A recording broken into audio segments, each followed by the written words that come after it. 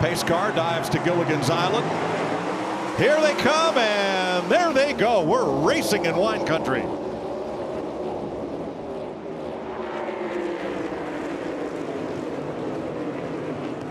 Joey Logano took all the suspense right out of it, right off the bat with a great start. Didn't have to battle Tyler Reddick at all into turn one. Got himself some clear space. But see Blaney holding tight, yeah, trying to stay door to door with Reddick. Lost that battle so far. Now Elliott looking to his inside. He's going to get under him. Turn four is a dive bomb corner, an opportunity. Thought better of it. That was Byron off in the dirt going into turn four. And it's going to take a while to get this field sorted out. You have to remember, these guys, 50 minutes of practice. Not many of them spent door to door with anybody on this racetrack under this new repaved surface. And I feel like this is a place that changes the complexion of what you do in the car a lot, because this racetrack is narrow.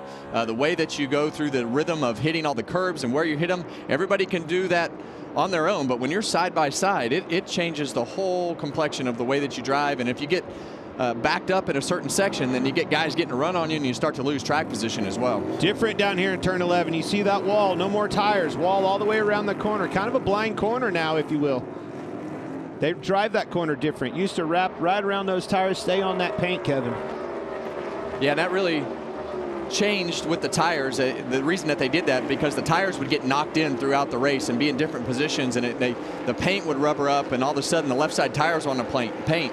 Now in turn 11, with that paint not being able to be used for the outside tires, it really is going to make your car have to handle well and kind of take some of that advantage away of using the paint for grip. Joey Logano leads the first lap, and that's the first road course lap led by a Mustang this year. Now these S's, they're kind of like a bendy straw. There's one line through there, and that's where all the double file and triple file usually all get sorted out into this one long snake. But it's very important long snake. You have to be fast on this fast section of this racetrack. Why? Because it sets you up for a good passing zone, if you will, in turn 11. Carry that momentum off of 10, get in position, make that pass right here getting into 11. You'll see a lot of passes as you look for Bowman looking to the inside. He ain't going to like that. Might see a bumper right here. Yep. Oh, yeah. Got into the back of Daniel Suarez. Man, Clint, it's like you know what you're talking about. Called that one. It's exactly what I'd have done. You don't get away with him too often. Block me once, okay. Yeah, I'd say the second block, he probably hits him a little harder. Whoa, Denny Hamlin's blown up at the start-finish line. Inside. Well, you just don't see that very often. That's a big grenade. Makes me think maybe a missed shift or something. Pull over and stop. You never here. know. Stay to the right. That's Pull obviously. over. That's where Kenny Schrader would have said one of them important pieces broke. Yeah, well, it's the second week in a row we've seen those motor failures from the Toyotas. We saw Christopher Bell leading a race last week, and now Denny Hamlin, he's done. Valve spring issue last week. I don't know. This one's catastrophic. Hamlin had a 5-race top 5 finishing streak entering today.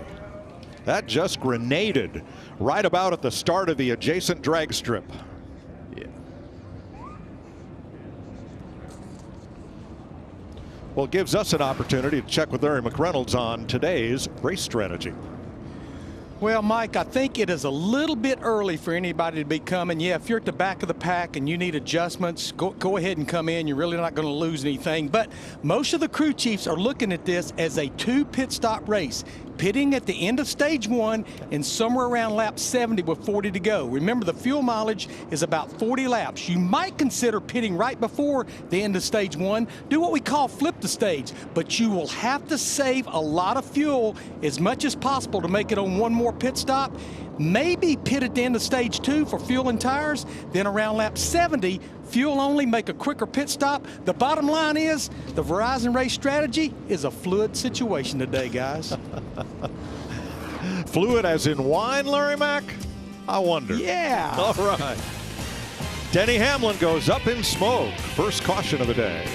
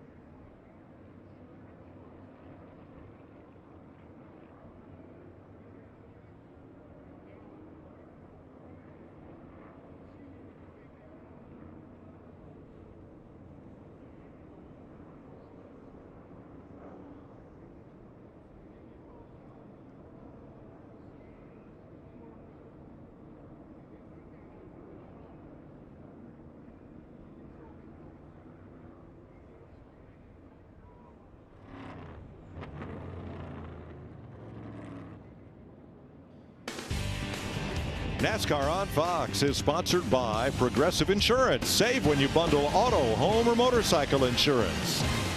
And by Ford. Built Ford proud. Joey Logano leading at 3 laps complete. He has led them all. And Denny Hamlin's luck in Sonoma has not been good these last 2 trips here. Last year, won the pole for this race. But was an early exit. And again, right at the start-finish line. In fact, Hamlin was the only car not to finish last year's Cup race in Sonoma. Today, something in the engine let go. All of that water and oil coming out the exhaust pipes as he crossed start-finish. And they're doing cleanup now. All the way around turn 1 and up the hill toward 2, a place where you need a lot of grip going through those corners. Working lap 4 under caution.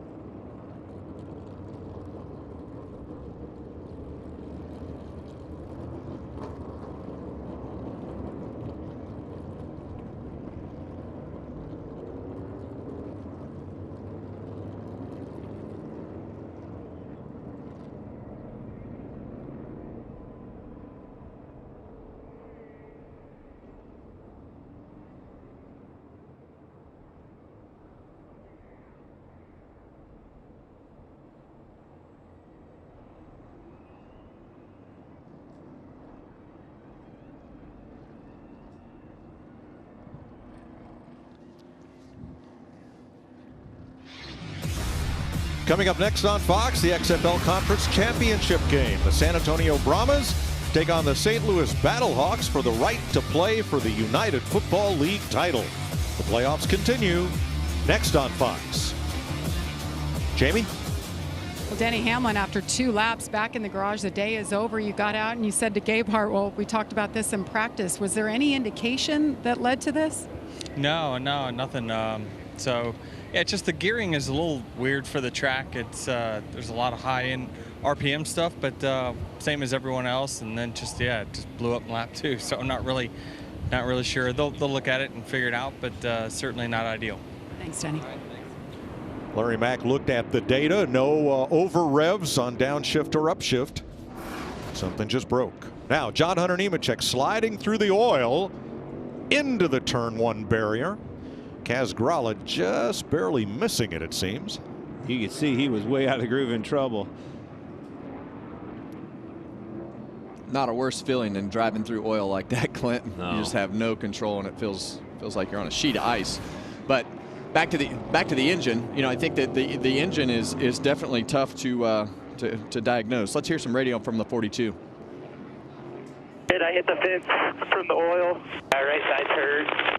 Honestly, it's pretty straight, but you can tell that the right side's hurt. I don't know if it just killed the tire or if it's a toe link. Maybe steering wheel just a little bit to the left. That's not good. Getting ready for the restart here. 2 Penske cars up front. Logano and Blaney. Lots of talk about how there's been some sand kicked up on and over turn 2. We'll watch that at the top of the hill. Well, they better get used to that because there's going to be dirt on the track in turn 2 all day. Note that second place Reddick chose the second row behind Logano for this restart.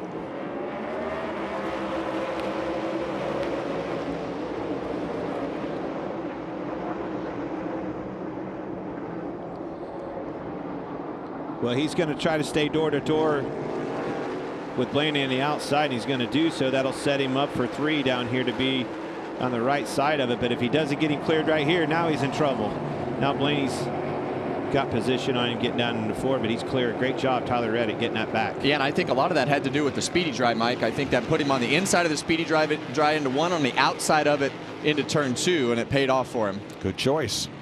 Whoa, 3 wide into the corner, into 7. How's that going to sort out? You're going to see that every restart today, and it'll ratchet up as the race progresses. Always interesting as you go from turn 7 when you're 2 or 3 wide like that, how it funnels down and who's going to give first. Well, there needs to be some giving out here. That's a Will Brown right there, the RCR car in number 33. It's his first Cup race. This guy's an awesome Supercars V8 racer and certainly had some speed this weekend. Briscoe holding it side by side on the outside, and so is that yellow car of Michael McDowell. Going 2 wide off turn number 11, and McDowell, the veteran road racer, picks up a spot. Trying to hang in that top 12. We see a lot of blocking going into turn 11. There's going to be some drivers that get aggravated with that pretty quick, but you got to do it. You also have to move them. Yeah. Well, you know, the blocking story has just become a lot different through the years. It's just a part of the tools that you have in your tool bag to be able to use. And if you don't block. Truex is off. Yeah. Uh-oh. To get it fired up. This is a 4-time winner here. All right, all clear. Always extremely fast here, but this repave has proved to be a little bit of a challenge for Truex this weekend. Well, I think it just takes everything that he had such an advantage on, whether it was the things that he wanted in the car, or how he drove it. You know, those things are all gone. See him down in the bottom while he got some help. Yep. That was it, kind of accordion, but Will Brown got in the back of him and Truex twice, was 3 times, and he finally spit him out. Excuse me, he was 18th. Now we stay green. He's now in 37th, last car running, but still on the lead lap. That's important. Regain your composure. You know a lot of things are going to change. I heard Kevin talk about it. Just because you're the leader of this race right now doesn't mean that that's an advantage later. Oh, Ross Chastain way wide. Turn 8A there. That is a heck of a save. Very fast part of the racetrack. And that was Save. He's driving a tractor, Clint. I mean, that was no save. He was out there plowing. Well, that Kubota spent a lot of time in the dirt. Yeah, and that was they were 2 wide. There you go. Coming into turn 8, he was in a spot there that was tough to handle into 8A.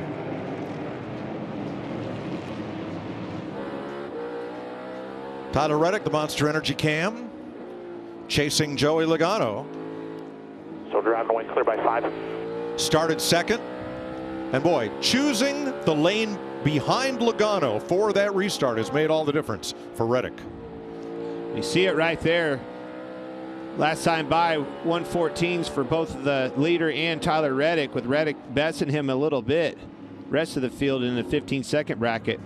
That's your Xfinity fastest lap. Those 2 lead cars are extremely fast. 95.7 miles per hour. Yeah, and when we talk about Tyler Reddick, and he's just been so good on these road courses as we've gone through the years, especially with this next-gen car, and today seems to be no different. Christopher Bell moves up to 12th, took the position at start-finish from Carson Hocevar who had a great qualifying run. But catching them is one thing, and as soon as you get close to them, now you got to figure out how to navigate around them. And those two corners, those opportunity passing zones, are 7 and 11. You can be good wherever you want, but you better be good in the corners that set those up. Well, you see Daniel Suarez right here with the Coca-Cola onboard camera ahead of William Byron. Good qualifying effort for Daniel. Past winner here. Needs to get on track and get these cars up in the top 10 consistently where they are right now. This is where we expect them to run. Won our race at Atlanta, one of our closest finishes, and then you got a guy right behind him that is. We expect William Byron to contend today. Yeah, but Daniel Suarez, go back to that. Very comfortable on this racetrack, 2022 winner. These Hendrick cars, you heard me say it at the top of the show, all 4 of them were really strong in race trim on practice day on Friday, 50-minute practice session. Those cars are all very happy with. But so are those Trackhouse cars.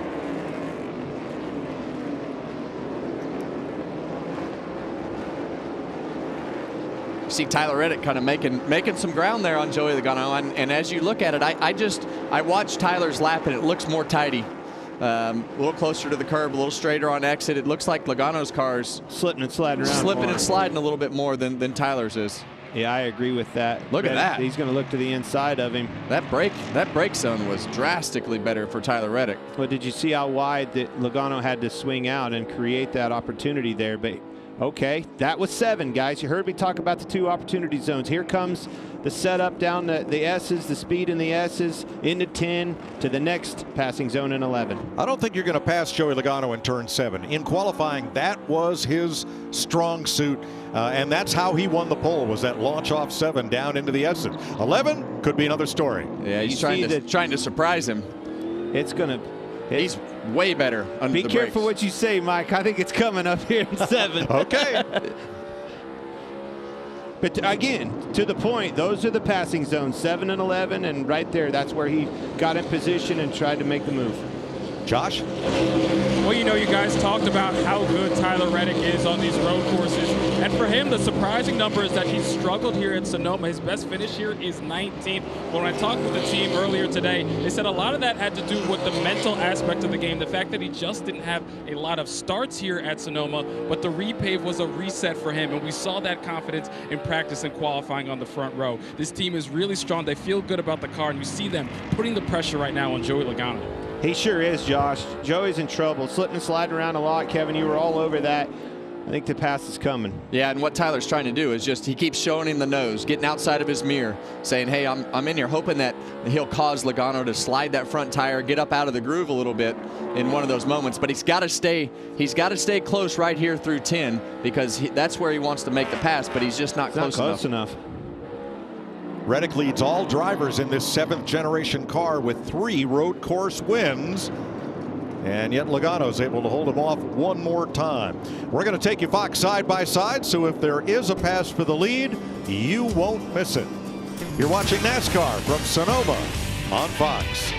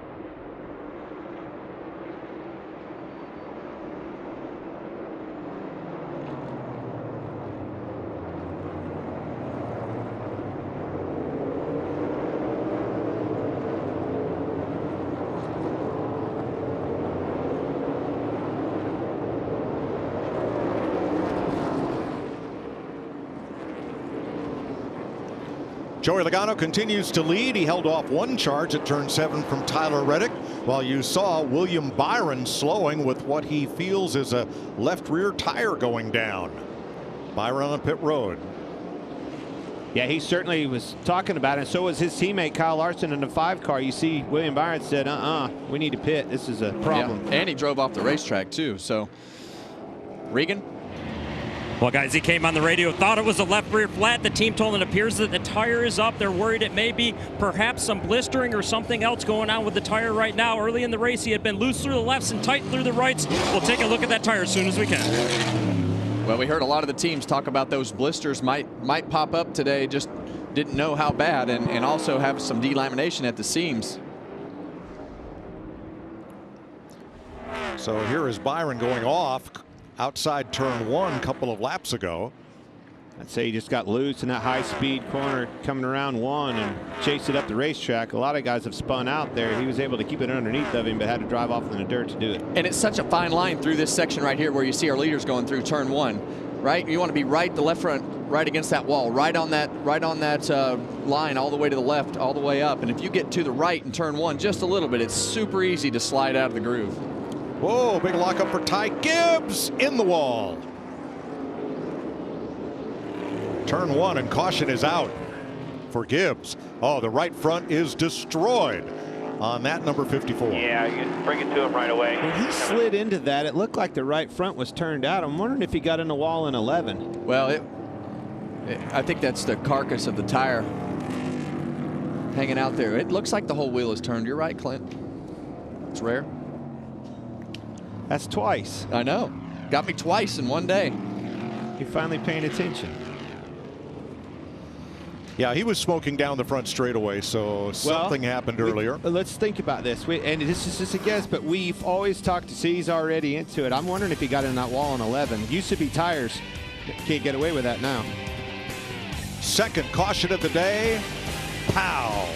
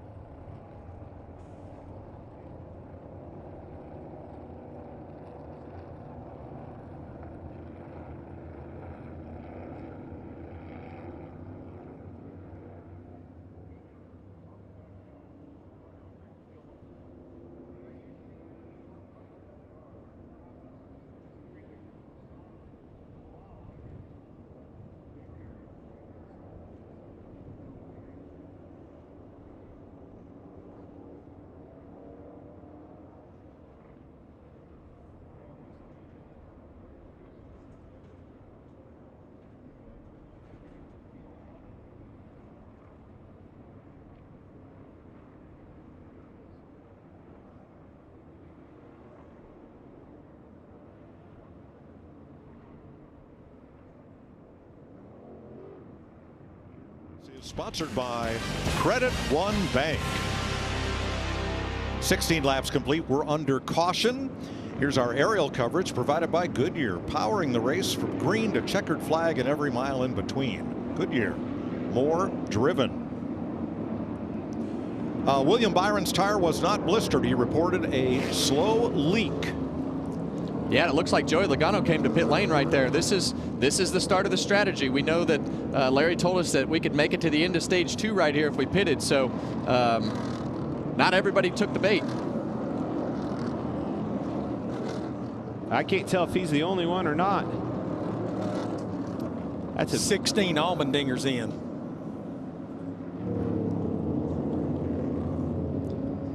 Logano has the last pit stall, being the pole sitter. Regan. Mike, it was an early decision for Paul Wolf. They were in turn 7 when he said, we're going to go ahead and come this time by. As for the car, tight through turn 11 was hurting him. No rear grip with the car right there, but a very quick decision to pit this time. Well, that's exactly what you talked about. If you're the leader, they're going to do whatever you do, they're going to do the opposite. And I think that's what you saw. They thought several of them were going to pit there. And I like it. You like it? I do like it. So that caution was a break for William Byron, who had to pit under green for a leaking tire. And we've been looking at the inside wall of turn 11. And it appears that both Kyle Busch and perhaps Ty Gibbs have been against that concrete barrier on the exit of 11, just past the rumble strips there. Yeah, and you see how that wall is not really round. Now, earlier today, here's Daniel Suarez, who won here 2 years ago, and he and his team allowed us to sit in on their pre-race debrief.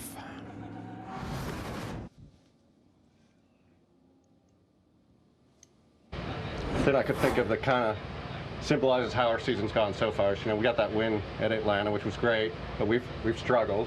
But I think about it like, you know, when you're a kid and you get on a swing, when you first start pumping and trying to get going, it's slow and it's painful. You don't get going. But once you get moving, it's effortless. You don't even realize that you're working. You're just gliding. So that's where we're at now. Just starting to turn the corner, starting to move forward. So we keep digging. Appreciate everybody's hard work and go from there. On 3. 1, 2, 3. Vamos. Oh, yes. Yeah, it sounded a lot like the start of our meetings with Grossi. Yeah, yes. 3 career wins as crew chief for Matt Swiderski, who leads that group. Frank Kimmel II is the spotter. And here's Ty Gibbs. We've been searching in-car footage for this. Oh. Yeah. Yeah, he just... Exactly what I suspected, and that's easy to do. We used to do it with the tires all the time, but we kind of purposely move them in, wouldn't we, Kevin? Can't do that with that concrete wall. No, and that, like we say, that concrete wall is not round, so... He's not the only one that's hit it. Getting reports Kyle Busch hit it as well. Going back to what you said about the opportunity with William Byron having that flat at that particular time. That's how strategy in these road courses plays right back in your favor. He came back in and topped off as well. Yeah, Byron was 37th. He will restart 24th. We're back to green. Tyler Reddick in front of Ryan Blaney. Logano, after his pit stop, restarts 21st. Well, everybody remember at home, this is all going to cycle around when these guys get to the end of this stage. All those cars are going to stay out. So these guys have elected to stay out, race for the end of the stage, try to get some points, or pit right before the end of the stage. You never know what these guys are going to do, but a lot of those cars that just pitted will cycle back to the front of the field. A lot of dive bombs here. We're going to be 3 wide. A couple rows deep, too. And now it'll all sort out here in the S's. And you really have no choice. You can work your way through here 2 wide, but it is very difficult to be 2 wide through turn 8A right there over the top of that hill and not get wide. I see you.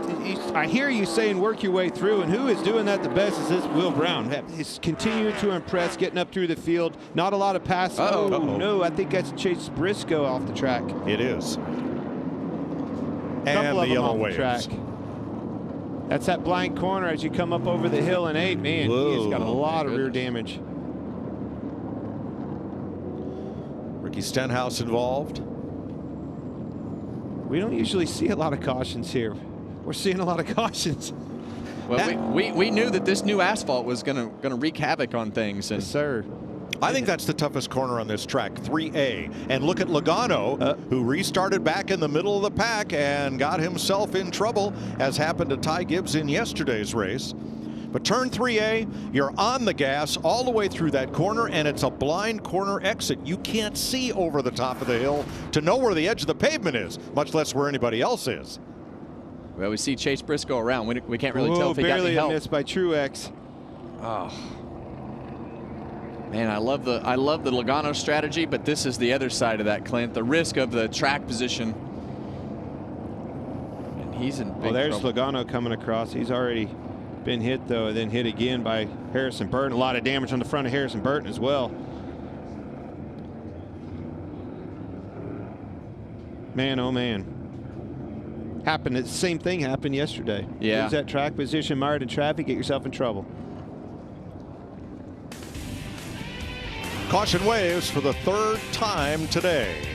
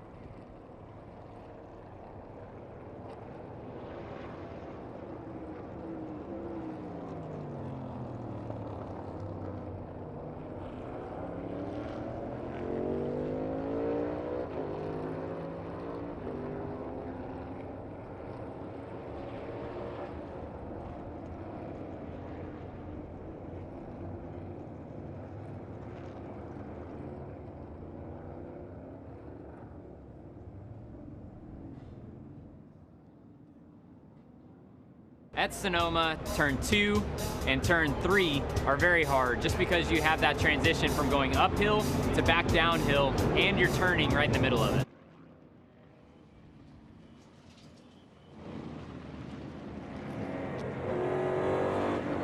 And here's the most recent caution. Chase Briscoe goes for a spin, so does Austin Cindric there. Ricky Stenhouse is part of this. And from A.J. Allmendinger, here's a look from the leaf filter cam. Yeah, it's hard to tell if they checked up and Austin Cindric got in the back of Chase Briscoe, but either way, Briscoe went around. It looked like a chain. You're right. One got into the other, into the other, and the other. You got 3 cars going around right in front of everybody. Was a near miss for Martin Truex. He was so close. Most cautions ever in stage 1 of a road course race in the Cup Series. What a crushing blow for Joey Logano. I mean, we're talking within 2 laps, went from leading the race to pitting, thinking we're all right, we're very good here in a good situation. We're going to assume the lead back. All these guys are going to pit. Did not see that one coming. That's not good. Yeah, you know, I think a lot of these guys at the front are they're in a bad spot. And Christopher Bell, Will Brown, they all decided that they want to be in front of those guys too when the caution comes back out for this stage in. And so William Byron came back down again. So Bell was 7th. Chris Buescher, 3rd car to come onto pit road from this group. From the BuildSubmarines.com cam, you see his crew go to work.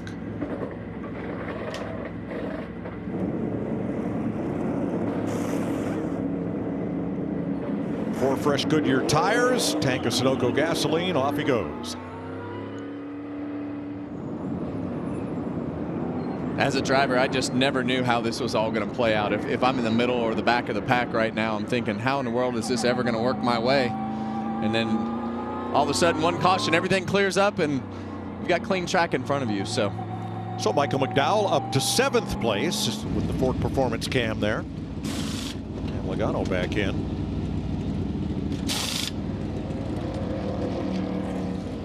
While they form back up behind the safety car, America's oldest ballpark will host a celebration a century in the making. The Giants will take on the Cardinals in a special tribute to the Negro Leagues. Live from historic Rickwood Field outside Birmingham, June 20th, only on Fox.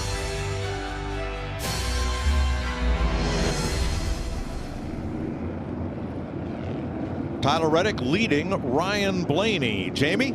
Ryan Blaney, what a weekend it's been for him. Fastest in practice on Friday, qualified 3rd. Talked to him this morning. He said, typically this isn't a great place for us. Hard to get a feel. He said, we're much better off. He's doing a great job staying up there, trying to manage those rear tires, just like everybody else wants some more rear grip. So the first 14 drivers have not yet been to pit road. Larry, strategy looks all over the place here.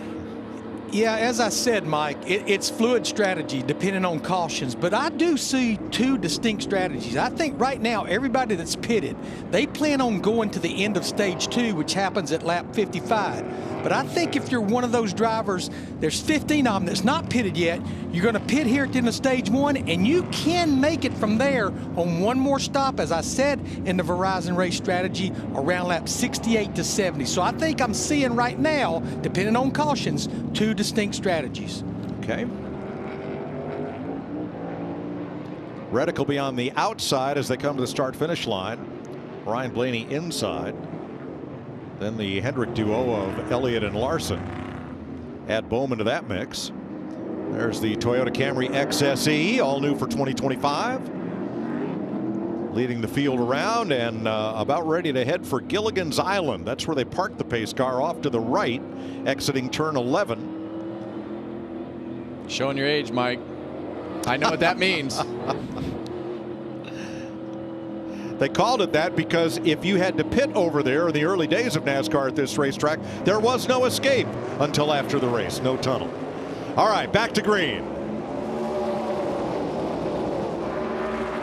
So we're seeing on these restarts, there's no escape on that racetrack. They spin in front of you. That's been the case for a lot of people. Then blind corners are playing havoc on them. Saw it yesterday in the Xfinity race at the top of the hill. Saw that here, and then again in 8. There's that blind exit 3A. Down the hill to 4, and then the chute.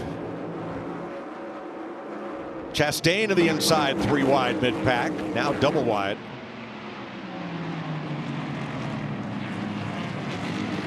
McDowell moving up in the 34. He's up to 6th if he can complete this pass on Suarez, and does. Well, you know, if there's a chance to dive it in there, Michael McDowell is going to do that. He's very good under the braking and very brave to go along with that. So he always makes ground on these restarts and does a great job and kind of being calculated of being aggressive and putting that car where nobody else is.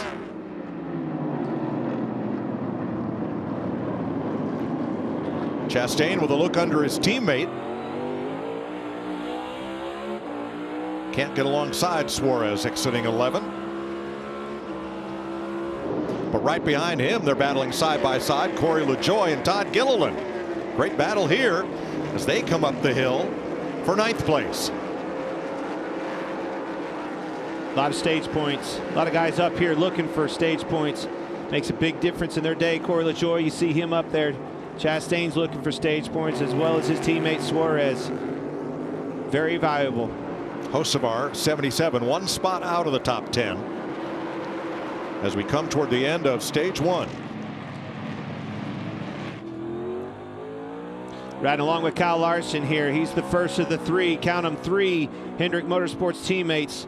They're putting the pressure on these 2 front cars. Already caught Blaney, put some separation between he and his teammate Chase Elliott back there. He had the best average in in practice on Friday, and he's showing up. Here he comes. See those cars drop down right there, and that's kind of your indication as a driver as you're going to turn 11. When that car drops down, that's when you want to have that car compressed as much as possible. It's making the most downforce, and that's when you use the brakes. 1 lap to go in stage 1, and that's one reason Ryan Blaney has not yet made a pit stop. They're not in the playoffs. They need stage points in case they don't pick up a win here in the regular season. So that also plays into your strategy. Is do you need those points at the end of stage 1 and stage 2? Well, you always need points just for the regular season to stack them up, and Blaney had the unfortunate situation last week where they had the win in their sights and ran out of gas with 1 lap to go.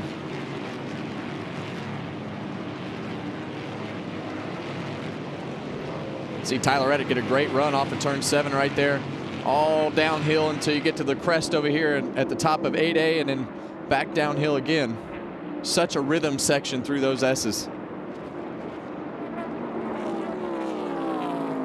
In the back of that car, obviously the highest speed portion of this racetrack, the back of the car just wants to slip out from underneath of you. You're using every inch of the real estate on this racetrack. Speaking of inch, here comes Chastain on his teammate. Woo, it was so close. Tyler Reddick wins stage 1 from Blaney, Larson, and Elliott. It was final stage point is so close. Give it to Todd Gilliland over Hocevar. 3rd stage win of the season for Tyler Reddick.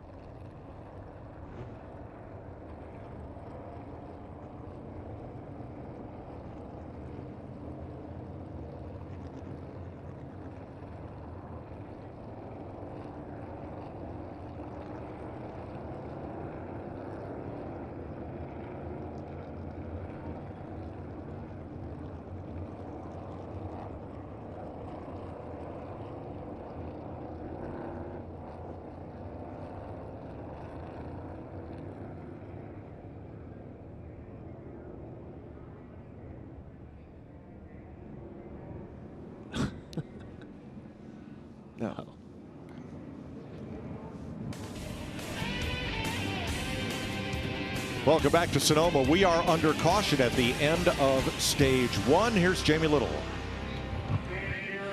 Well, Mike, we talk about the pit crews and the 5 of Kyle Larson. They've only been together as a group for 2 years, but this is a tight bunch. Not only do they train together, travel together, they hang out outside the track. So let's meet team number 5. Blaine Anderson, front changer from Charlotte, North Carolina, former Alabama football player. Roll Tide. Calvin Teague, rear tire changer, 4-time Cup champion, proud dad to Holly and Nora, and loving husband to Amanda. RJ Barnett, tire carrier, former defensive back, Stanford University, 4-time Cup Series champion. Brandon Johnson, Jackman, former Pittsburgh Steeler and Penn State Nittany Lion, 19 Cup Series wins, and 2021 Cup Series champion. Brandon Harder, Bueller from Oak Harbor, Ohio. Bennett Hendrick for 17 years, 4-time Cup champion, and multiple wins. Cliff Daniels, the crew chief. Tyler Munn, the spotter. For Kyle Larson.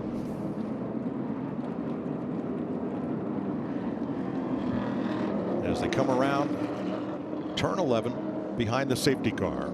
And many of the leaders stayed out. On Wednesday, we lost one of the greats. Rufus Parnelli Jones, age 90. Had so much success. Mario Andretti wrote, as far as I'm concerned, Parnelli Jones was the greatest driver of his era. Sprint cars, Indy cars, sports car, Trans Am, Can-Am, didn't matter. And yesterday, Jeff O'Neill drove the 1969 Bud Moore Boss 302 that Parnelli raced here to a second-place finish to Mark Donohue in '69. With J.C. Agajanian drinking the milk at Indy, with Richard Petty, one of the greatest ever, Rufus Parnelli Jones.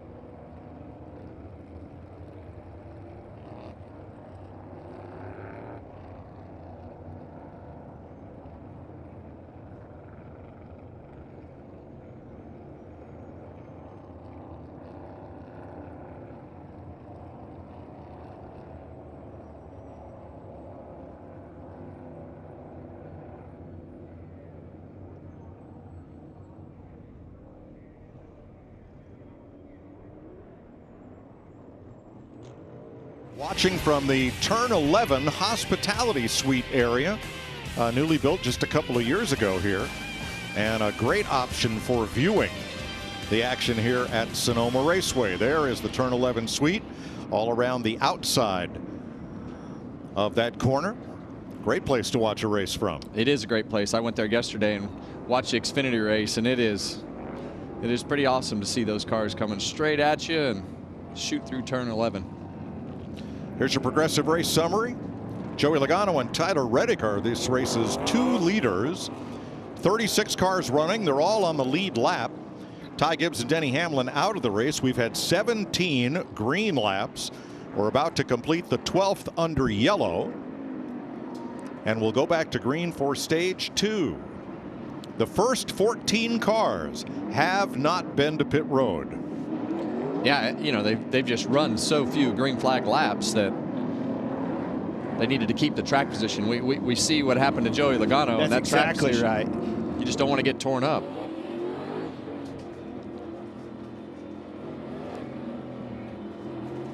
Pace car scoots away this little bend in the track. They don't call it Turn 12. And here we come back to the flag.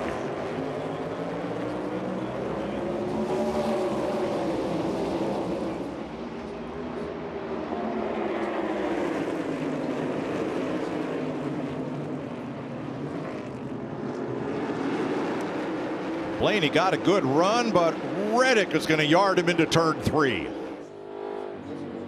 Chase Elliott coming for second place.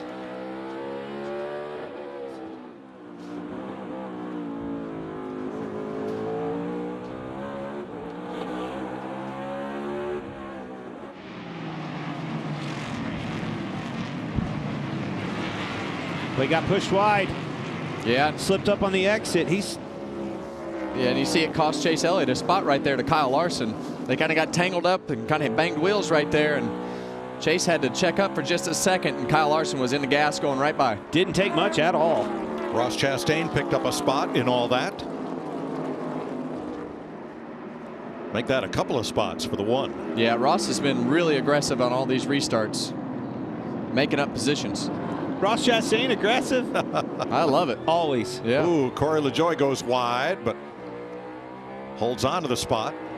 Corey LaJoie holding strong up here in the top 10. It's a great run so far for Corey LaJoie. He's become quite a road racer. Qualified top 5 at COTA. Todd Gilliland right in front of him. Suarez right behind with Hocevar and Dillon. And there's Gilliland who picked. Oh, Austin Cindric, last week's winner, is off from 17th place. He'll turn around and grab a gear. Now he's 36th. Yeah, and that's right at the exit of Turn 1, down in that ditch down there. You saw that car banging off the ground, trying to get back up on the racetrack. Kyle Larson putting a lot of pressure on Ryan Blaney right here. Well, it was that way right before the caution came out of the stage in, and it's that way again. As soon as the green flag dropped, he's right back at it. A lot of speed out of these cars. Look at the difference in the line. You see Blaney really wide, using all that real estate, slipping and sliding around. Here comes the setup, though. This is from Chris Buescher. Looking to see what happened to Austin Cindric here. Yeah. Whoa, he almost turned over. Did you see him hit that hill out there in the dirt? Oh, my. Wow, that was close. That'll get your attention. Yeah, and it looked like he just got wide, got up in a speedy dry, got offline, and wound up almost upside down.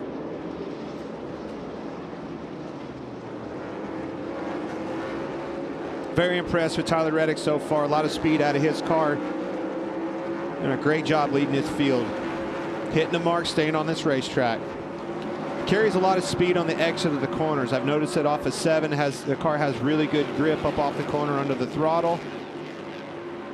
Part that impresses me was when he was trying to pass Joey Logano, that how he can utilize his braking the way that he does in order to get out of the mirror or get the track position. Oh no, Will Brown. He's off the course. It looks to me like he is parked in the barrier there. How did he get yellow flag's there? out. The guys are coming to you now. I think that's yeah, off. I said it on that restart. That Jamie, what happened? I could smell the. Well, you listened to the radio there. He talked about electrical. Remember, Mike, in qualifying yesterday, they had some kind of weird gremlin. And I talked to the team. They thought they had it all fixed, but it sounds like that same issue just came back to haunt him. Okay, so he turned off the track to get out of harm's way and stopped there. Coming out of turn 11. Oh. And now he'll pull over. That's a shame. And park off track. The car was extremely fast in practice. So hopeful for today. Was getting up through the field well. He was the biggest mover early on in that first stage. Supercars point leader in Australia, 8 career wins, and he was able to loop through that Gilligan's Island area and get back to the entrance of turn 11 and onto pit road. I'll be interested to see what NASCAR thinks about that. Kind of drove over there and then drove off. Yeah. Since they had to throw the caution. Michael McDowell running 7th after starting 12th today. I think all these cautions is certainly why these crew chiefs made and elected to stay out for these front cars is still have yet to pit. Regan? Well, Travis Peterson on Michael McDowell's car just came on the radio. Interesting scenario for them. They did not want to pit quite yet, and especially did not want to pit under yellow. This is potentially going to force their hand right here. Michael was asking questions about why don't they just stay out and do what everybody else does, but Travis Peterson said we really have to come here, even though it's going to bury us in the field potentially. Now let's point out there are no single corner cautions when the NASCAR Cup Series comes to Sonoma. Every caution flag is a full course caution. If there is an incident in one corner, they'll wave a blue flag to tell drivers of impending danger, but it doesn't mean no passing, and it doesn't mean the course is under yellow. The only yellows are full course yellows. Here's some audio from A.J. Allmendinger. I'm not going to shut the car off the rest of the day. So basically, it wouldn't like free fire, right? Like it wouldn't catch. You could just, it's like I had the car shut off. It was just grinding to a halt. I flipped the ignition on and off to see if that would fire back up. I tried hitting the starter and nothing. And then once I recycled it, it fired back up. Yeah, when he's talking about recycling, it's like rebooting your computer. You got to turn everything off, recycle everything to kind of reset the ECU in order for it to work. One of the biggest heartbreaks I've ever seen happen to Marcus Ambrose, going up, leading this race, doing that very same thing. Shut it off, saving fuel, and it wouldn't fire back up. Lost the race because of it. Well, here's McDowell. One of 2 coming to pit road. The top 10 had not yet pitted. McDowell and LaJoie coming in along with Hocevar and Gregson. Look at this, guys. I don't think I can remember ever being at Sonoma and you see that many cautions. There's as many cautions as green. Regan? Well, Clint, these cautions are thrown up for a tailspin down on pit road. Crew chiefs trying to figure out what they want to do and how they want to do it. We just mentioned that Travis Peterson felt like they had to take their medicine right now and pit here. As for the car, he needs more rear lateral grip. The rear tire's not doing exactly what he wants. Will Brown got going again. He is back on track, albeit 1 lap down. Tyler Reddick, your leader.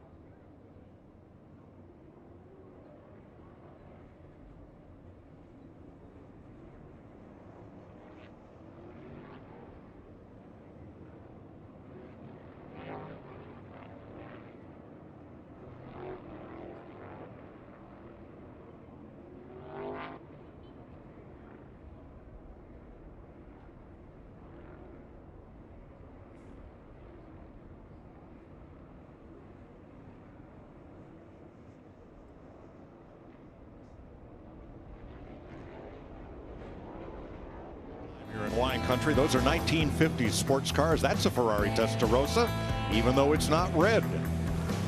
Jaguars, Porsches, and all have tried to tame the roads around Sonoma County, and sometimes this happens. You weren't here for that. No, not me, not Dick Berger, not even Chris Myers. We were not here. There's some of the historic Trans Am cars that ran here. Now, all of those cars are those that originally ran in the series from 66 to 72, including Parnelli's Bud Moore car that we showed you earlier. Including Mike Joy. Good fun. If I could only catch my son Scott. My gosh, he's quick. But they'll be back here when Velocity Invitational comes to Sonoma, October 4 to 6, with Formula One cars and a lot of great historic race cars. So come on out and join us. It's a beautiful, come see the cars. Beautiful racetrack, one of my favorites. Oh, a lot of pressure from that second row. Well, Reddick waited until the very end of that. Trouble at the back. Everybody's scattered. You said it, Kevin. When that happens, it stacks them up back and they're accordions, and that's what you saw in the back of the field. And when that driver gets to that last restart line, the flag man throws the green, and Reddick waited so long they threw the green. And Blaney got a really good start on Reddick this time. And they trade a little paint. Or wrap, as it were. Still there. Now he's in trouble. He got the 5 to his inside. Blaney Elliott pushing him.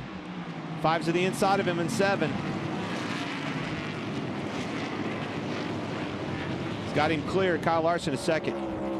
Chastain is still very impressive. He's going to make a move on Chase Elliott. Another position under a restart. He's up to 4th. Yeah, Ross was off the racetrack right in this section right here in turn 8. That's actually turn 10, but he went off in turn 8, and every restart he has made up ground. And out of turn 10, somebody took the long way around. Yeah, that's Bubba Wallace, I believe.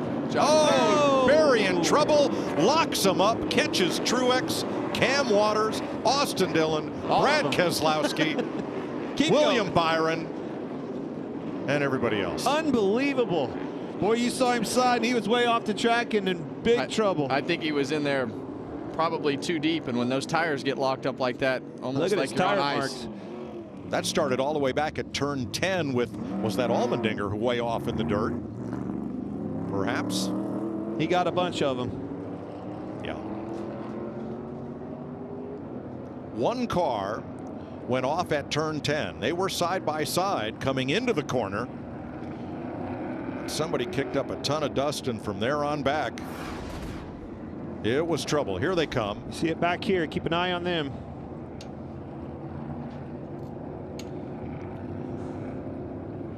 We're told it was Eric Jones who got into Josh Berry. As they came out of turn 10, the lowest portion of the course, 14 feet of elevation there. As we re-rack that replay for you.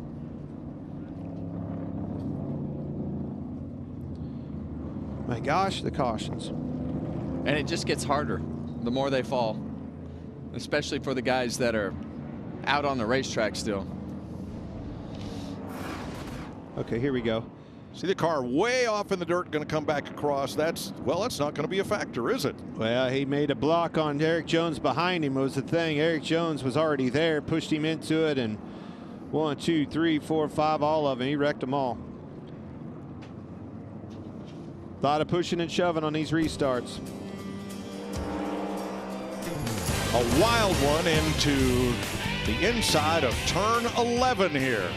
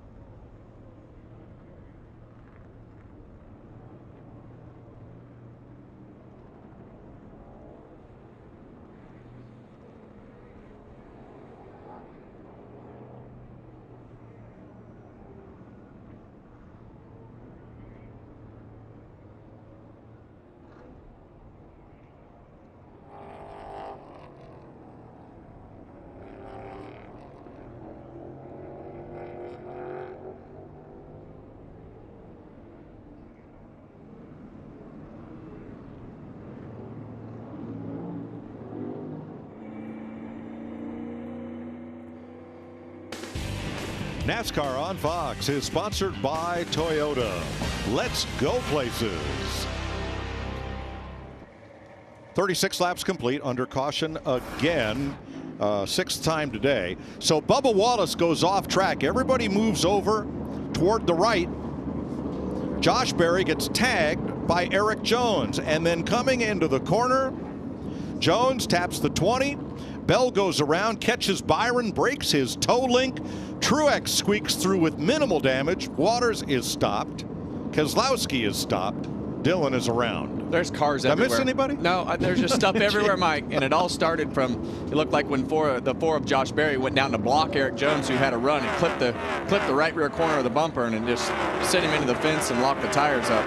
Well, and Bubba Wallace, being off the racetrack's probably scattered everybody trying to move around. I mean, it's just, it's wild right now. Very wild. And there's Calamity Corner.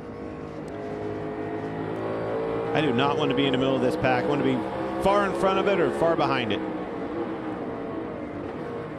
He's in big trouble. Watch this 4, get down here tight. Right side, get right. Josh Berry moved to the inside. It looked like he didn't even know the 43 was coming. Yeah, well, I think he moved down. It looked like he moved down because he thought the 23 was going to come back on the track. Yep.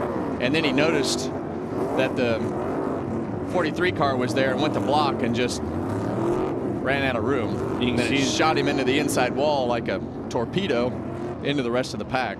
So, from Michael McDowell. One on the right side of the wall. Check up, go all the way left. Check up.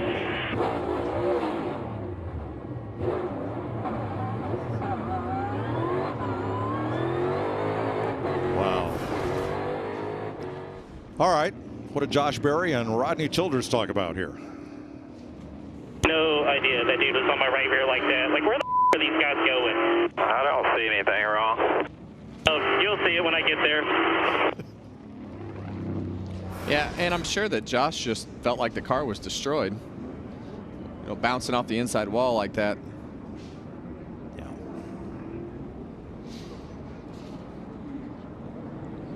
Right back up into the middle of the right rear tire of Christopher Bell, and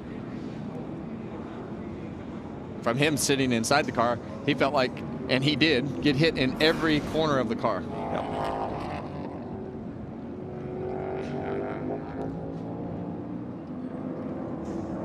And that seems like a small list, Mike.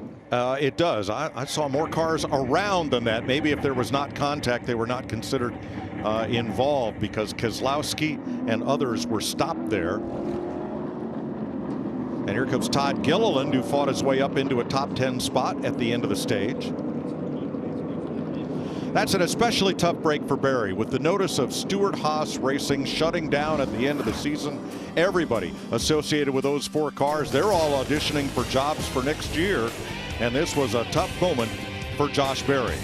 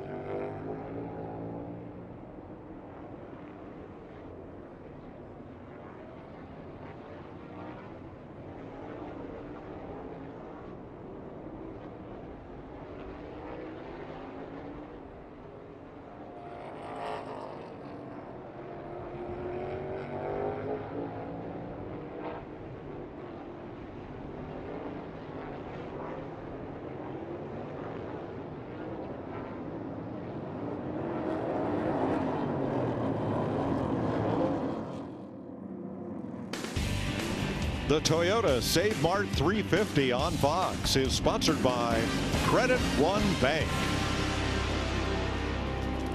Finishing up the 6th caution of the day, and they're ready to come to green once more. 21 green laps, 17 caution. Here we go again with Reddick and Larson from the front row. Well, Reddick launched from the beginning of the restart zone that time and cleared them, so less games, clear track. Speaking of clear, he launched good enough. The car behind him, Kyle Larson, got Blaney as well. And how about this one car, Ross Chastain, continuing to keep them elbows up. He's coming. These restarts, he has been so aggressive, and it's paid off so far. Maybe a crossover here if he can. Setting up for a dive bomb, getting into 7.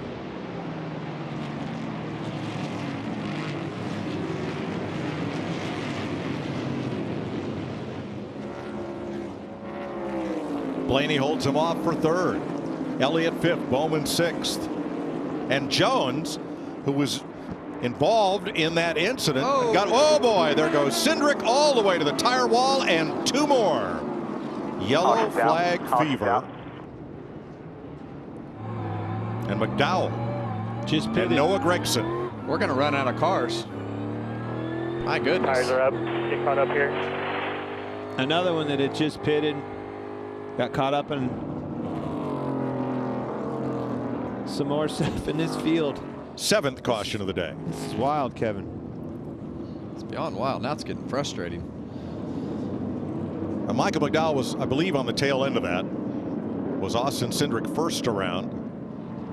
Then Noah Gregson. Then Michael McDowell. Here it is.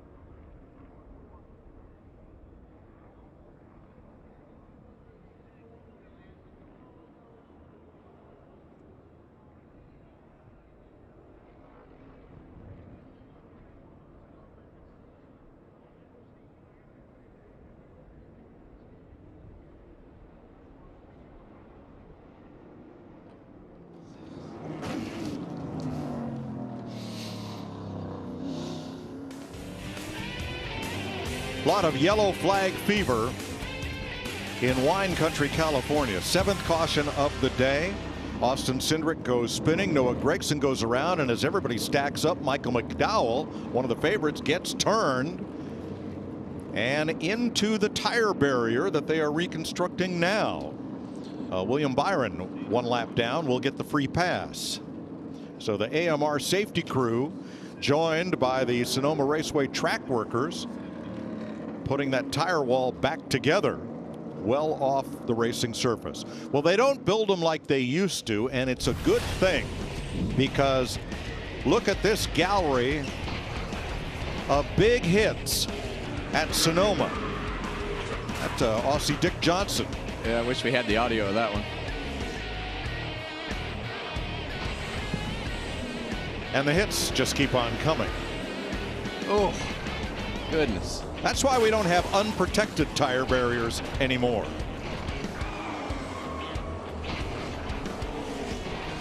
Oh my gosh, Steve Hart blew the tailpipes off of that car. I agree. I think the wall's a much better option. Well, they now have these tires stacked and packed and bolted together and protected by a big, thick vinyl sheet. And here's the most recent one. McDowell got hit from behind as everybody stacked up, and he ended up against it after Cindric and Gregson were involved. Came to a stop right in front of me. You heard him. He literally locked the tires up and then got punted from behind. As the pace car led the most laps today, let's see, 19 for the pace car.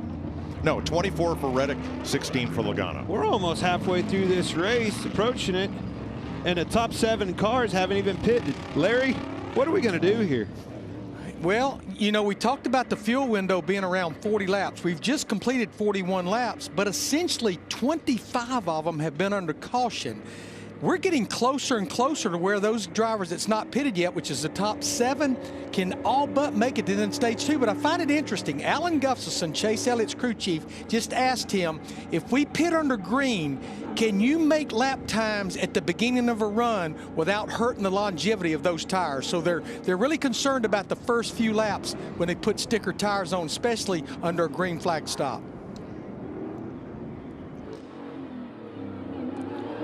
Seven drivers have not yet been to pit road. You see them at the top of the pylon there. Well, the Summer of Stars has arrived with one of the biggest international soccer tournaments in the world.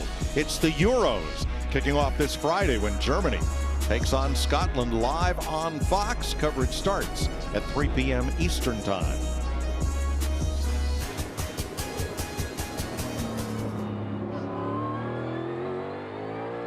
Michael McDowell now in 33rd, as all 3 cars were able to drive away from that incident. Gregson, McDowell, and Cindric, they're all on the lead lap. Austin Dillon 2 laps down. And Brown further back, 4 laps in arrears. William Byron got the free pass. Let's try it again.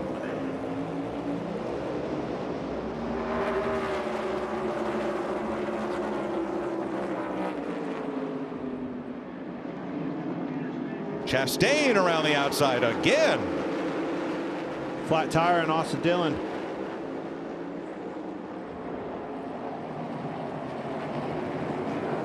Chastain to 3rd. Suarez and Bowman here for 5th.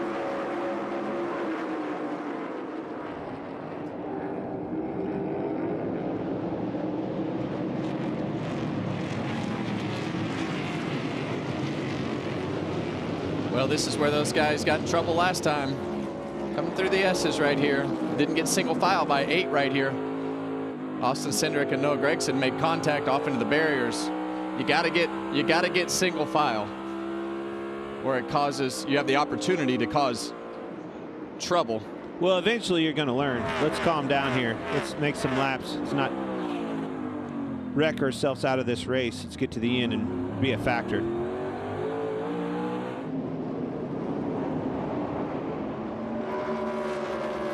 All right, Austin Dillon has gone to the garage and out of this race, joining Ty Gibbs and Denny Hamlin.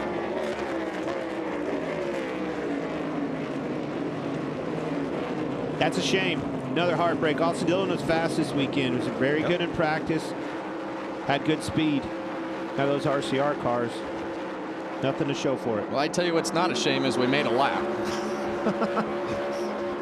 Thank goodness we finally got these cars strung out single file, and we've started to get some racing back on the racetrack. See some smoke out of the back of Tyler Reddick's car as he locks that right front tire up. Buscher got a spot on Priest there at turn 11. 9th place. Larson keeping close tabs on Reddick, but it's Chastain that has really impressed every opportunity, every restart. He's gained a spot. He's up to 3rd there with Blaney behind.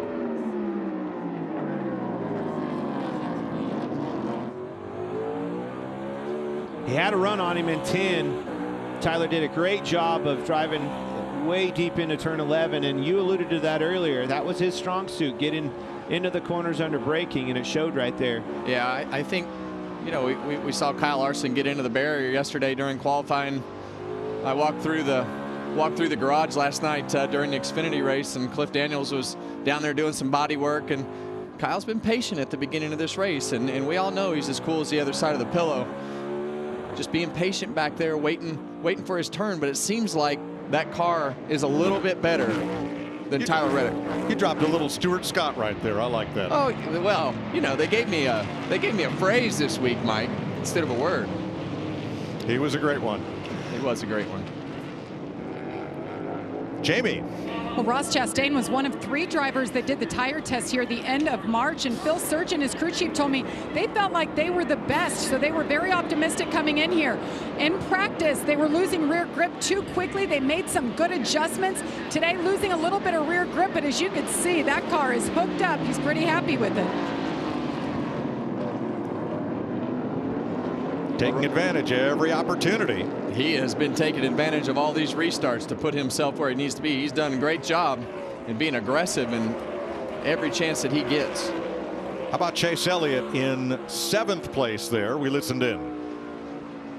If and when we pit under green, can you go make lap time without hurting your tires, or are you concerned that those first few laps are the key to the tire longevity? I don't necessarily know that it's the key, but I think I think you can definitely overheat them. I think they will then come back later if they have an opportunity to cool down.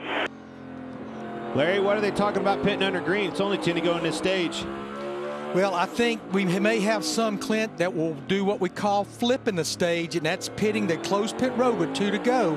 Get in there before they close pit road, and then you know you can go to that lap 70 with ease, which opens the window to make it to the end of the race. And I think that's what a lot of people will do. So opening that window is something that team engineer Bob Cuneo did for Jeff Bodine the first time we saw it. In other words, how early can you pit and make it without another stop to the end of the race? That's what they did. Bodine won that race. I believe that was at Watkins Glen, and it kind of stood everybody on their ear as far as how you plan to run road races. Now, lots of different strategies. Change the game without a doubt, Mike. Well, one guy that was turned around earlier was Martin Truex Jr., and we kind of counted him out, and he's slowly creeping his way forward, taking advantage of all these crashes and cautions. And well, he's certainly not the only one with all these cautions, as you alluded to. A.J. Allmendinger, the same thing. Shut his car off and lost a lot of positions as he was recycling the ignition. But right there you see Truex in front of him. 11th and 12th. And Zane Smith, he was off track earlier. He's at 13th. Pitted back at lap 18. So the first 7 drivers have not pitted. And Eric Jones, who gave Josh Berry the boot that caused the big pileup back at lap 36. Here's Jones in 14th place. He lost a few spots since the restart, but still in respectable position. 3rd place. Blaney back after Chastain, who after Ross made that pass, he couldn't get away from Blaney, and Ryan ran him back down and yeah, third back. It definitely doesn't look like Ross's car is as fast as the front 2 for sure, and Ryan Blaney and the 48 car of Alex Bowman. So like we talked, Ross has made all of his ground on the restarts. He's got an okay car, but I don't think it has the speed of those other 4 cars, Clint. I think he was carried it on those restarts with his aggressiveness, but Alex Bowman right behind him. He believed the next one it's making it hard on him. I'm surprised Reddick got away from Larson as way he did. 8 to go in the stage. We're going to take you Fox side by side with Reddick leading Larson by over a second and a half.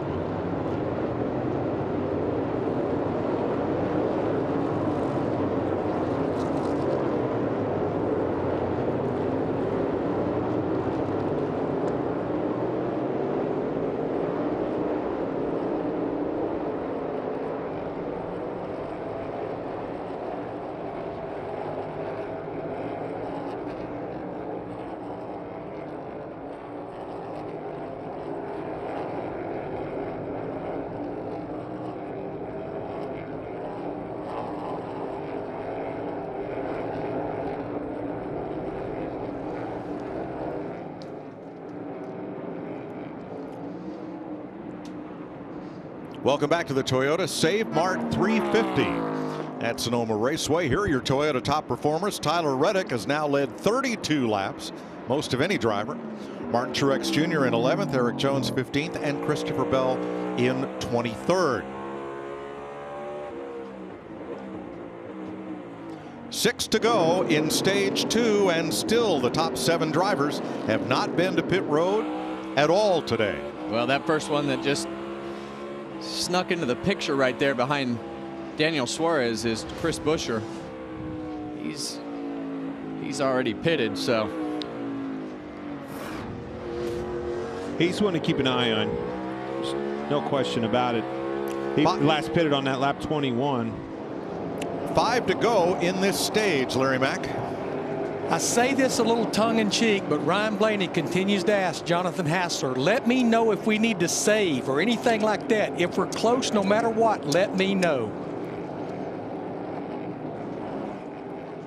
Well, I'm sure a lot of that stems from last week to make sure that they have enough fuel in the car, and we gave Ryan a little bit of grief in our pre-race show today. He was in a joking mood, wasn't he? We talked about his... I hope somebody put gas in his rental car. Yeah, his rental car's low on gas, so he's worried about it after last week for sure. He should be. Yeah. He's not having very good luck in that category. And and here he comes. All right, so Blaney's coming. And about last week, they got all the gas in the car on that last stop that they intended to, but apparently miscalculated how much fuel was in the car at the time of the last stop. Jamie. Ryan Blaney, as you mentioned, coming down pit road. Better front turn here. Just wants to be a little bit tighter. Remember, this is the first stop for this team. First opportunity to take a look at those tires. He's been pretty happy with it, Josh. Well, for the 9 of Chase Elliott, we heard the combo on the radio when to come in the pit. They elected to come in and get it now. Lateral grip was the big concern. 4 tires and fuel for Chase Elliott. Daniel Suarez in the 99 car early on in the race felt like the tires went away too quick, but not enough green flag laps since then. No complaints really, except for a little bit of rear lateral grip for him. Well, that leaves 4 drivers who have not yet made a pit stop today in positions 1 through 4.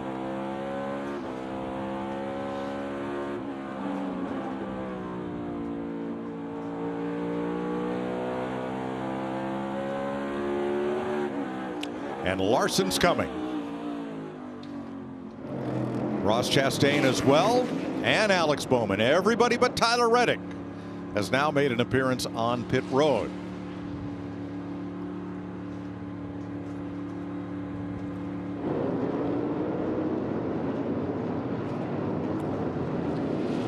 Well, Kevin, you talked about him.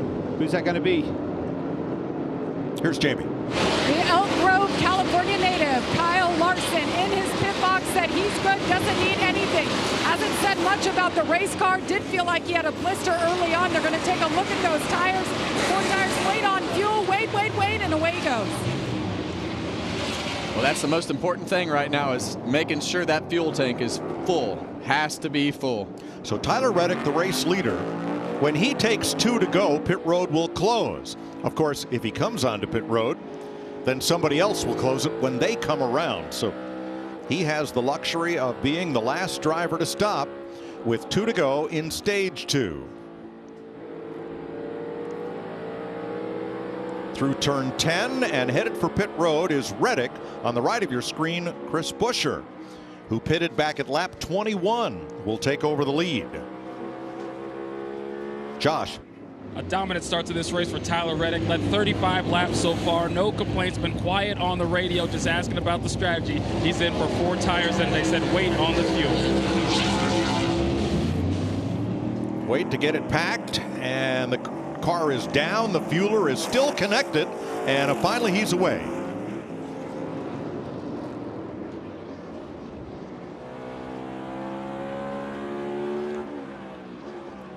Well, we talk about our leader, Chris Buescher, as we see Tyler Reddick coming off the pit road. Chris Buescher, he's right on the verge of being out of the playoff picture. So these points are important for him. Important for everybody, but being right on that line in 16th is where Chris Buescher is right now. Larson and Reddick together again. Although Larson had a full head of steam coming up the hill to turn 2, just as Reddick was coming up through the gearbox. And they're back at it. Now this is for 27th place right now after making those late pit stops. Key word right now. Oh. That's a big lockup, Kevin. That was a big lockup, and that is not what Tyler Reddick wanted. It looked like they hit right front to right rear, or left rear right there. I don't think he meant to get in the back of Larson, but he did, and tried to stay away from him and lock the wheel up. That big of a lockup will definitely put a flat spot on that tire. That was a huge lockup. Certainly won't help anything. Here's another look at it. Yeah, you see, as soon as they hit wheels like that, the right front tire kind of came up in the air, and it took the load off that tire, and then as soon as it set back down, it locked it up. This race has had more twists and turns. Final lap of stage 2, Chris Buescher in command. Ryan Preece in second place. Martin Truex, Kyle Busch, A.J. Allmendinger, all three of those have had issues today. But the way things cycle through, they're going to maximize stage points right now.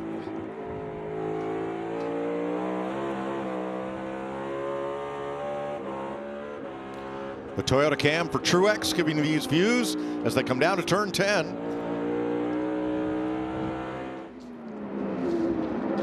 Truex looking for the dive bomb, and Preece is not going to give him the bottom, so Truex gives him a tap. Will it be enough? Not quite. Here comes Chris Buescher, the pride of Prosper, Texas, to take stage 2 from Ryan Preece, Martin Truex, Kyle Busch, and A.J. Allmendinger. Buescher gets his second stage win of the season and his first ever on a road course.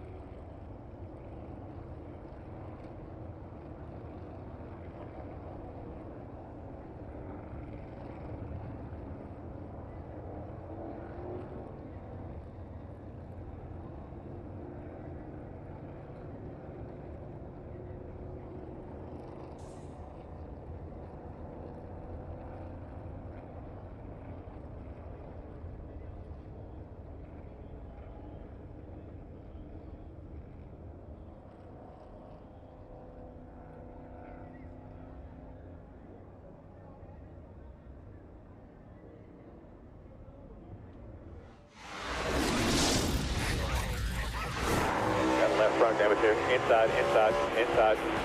It blew up. Stop. Pull over and stop here. All right, well, that sucks. Limp it back around. The right front is down for sure. We got the wall. I can't tell if it's broke or not. Got one spun in the middle of the track. Hold the brake. Car's coming. Hold it. Yep, that one hurt. I got quite a bit of air time. Trying to think of what else. Otherwise, I don't feel any issues. 8 caution flags, 36 green laps, 20 under yellow. And look at the drivers who have piled up on stage points today, including Reddick, Buscher, Preece, Blaney, Truex. Looks like almost nobody got points in both stages. Almost a complete flip-flop, a different top 10 in each. Here's your aerial coverage looking at turn 11 from Goodyear, powering every mile and every moment on NASCAR's road to victory. Goodyear, more driven. Tyler Reddick complaining of an issue with the right front after that contact with Kyle Larson. First they said bring it in, and then they said no, if the tire's up, stay out.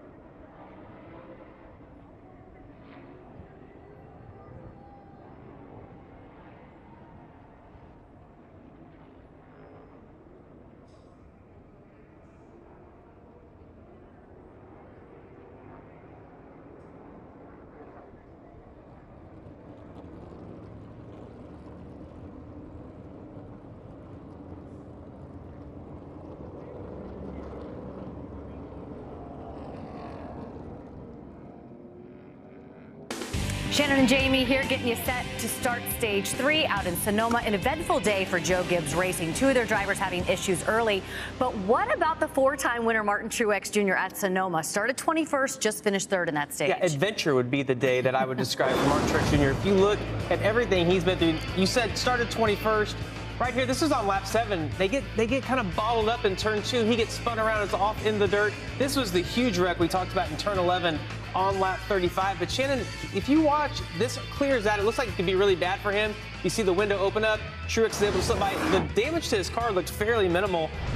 But the progress of his day, for everything he's been through, he's trending the right direction. It seems like these guys are going to pit in 10 to 12 laps. Truex seems to be maybe on the winning strategy right now. If he's able to get that 5th win, he will tie Jeff Gordon for 5 wins at Sonoma. Pretty good company to be in, Mike.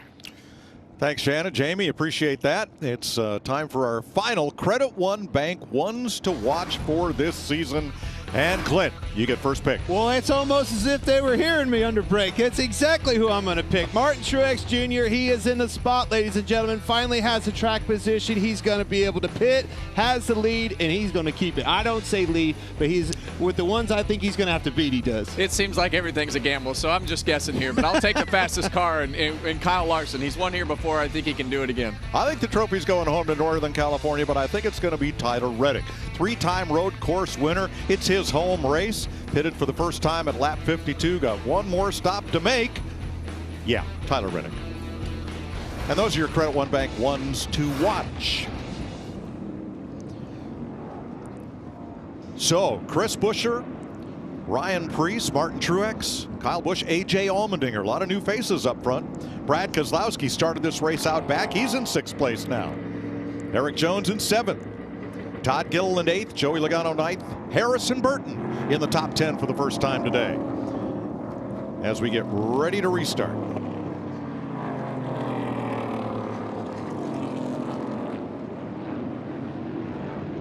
Yeah, that's Joey Logano back in the top 10 after leading the first 16 laps of this race. Okay, all your leaders, right? When I talk about that, Reddick, Chastain, Larson, everybody we've seen up front, now they're mired back in that mess at the back, Kevin. Yeah, you got to get through. It's been everybody's problem so far. Can they get through there, keep the fenders on this thing? Well, we're about to find out. These restarts have been rough. There's the Valvoline cam from Kyle Larson, way deep in the field. He will take this restart from 22nd.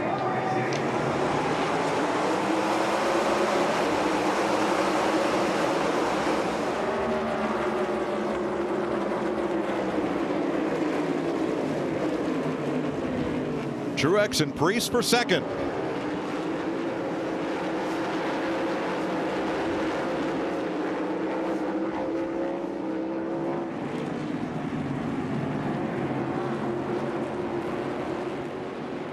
See Allmendinger on the inside of Kyle Busch. He is in position. One heck of a road course racer. Doesn't matter what car he's in, what series he's in. And a lot of times he doesn't need the fastest car. He just needs to be somewhere close to the front, and he can figure out how to manage and manipulate all the restarts and braking zones and different things. A.J. Allmendinger has been so successful on these road courses through the years. Kyle Busch drives right to Allmendinger's bumper there at turn 10, though. Yeah, I mean, some of these guys that I thought were out of the race, from Martin Truex and Kyle Busch and all the instances that they had at the beginning of the race, almost put them in a better position with the way that this has cycled out. Stenhouse slipping up off of 11. He's got him stacked up behind him. Keselowski under fire from Gilliland. And here's Josh. Well, guys, you know, Chris Buescher right now leading this race, and coming into the weekend, Buescher had really good numbers as of late when it came to Sonoma. Top 5 the last 2 starts here. But going into the weekend, they talked about the fact that they just missed it on setup. They were struggling. They were frustrated. And crew chief Scott Graves said they were going to have to do something different when it came to strategy to get track position. We saw that they flipped stage 1, gets the win in stage 2, and we got to spin on the track in 41. Ryan Preece was trying to get alongside Martin Truex going into the corner and just overcooked it. No caution flag. Preece back on track in front of Corey LaJoie. He drops from 3rd to 14th.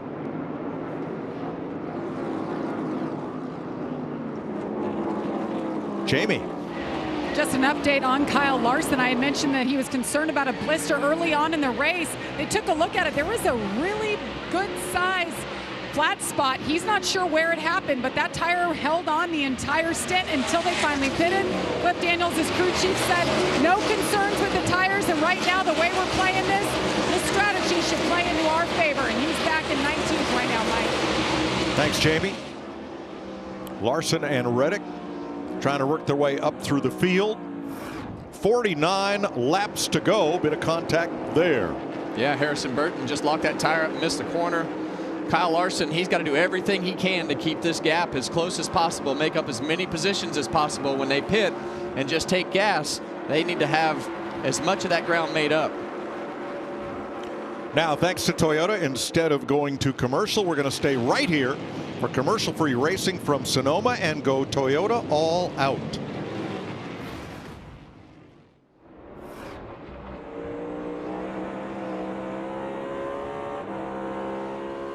On board with Martin Truex right here, and had so much success here. Back on with Reddick. The leader of the race earlier, now he's mired back here in traffic. These guys did a better job of getting single filed out. It's helping these guys get up through the traffic a little bit, utilizing their tires. Reddick has led a race high 35 laps. That's Suarez just ahead, and Bowman misses the outside of the corner. I thought Suarez had checked up a whole bunch, but apparently Bowman was in there way too far.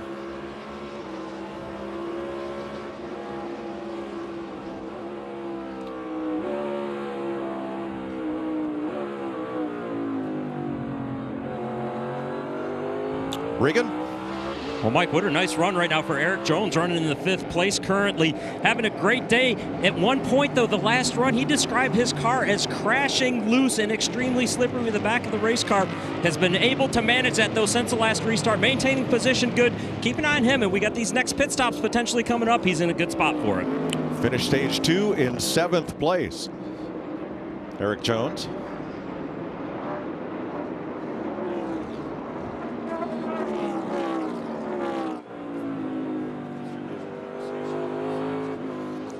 Boy, Reddick is just finding the traffic difficult to deal with. These are cars not as fast as he is, but passing opportunities few and far between.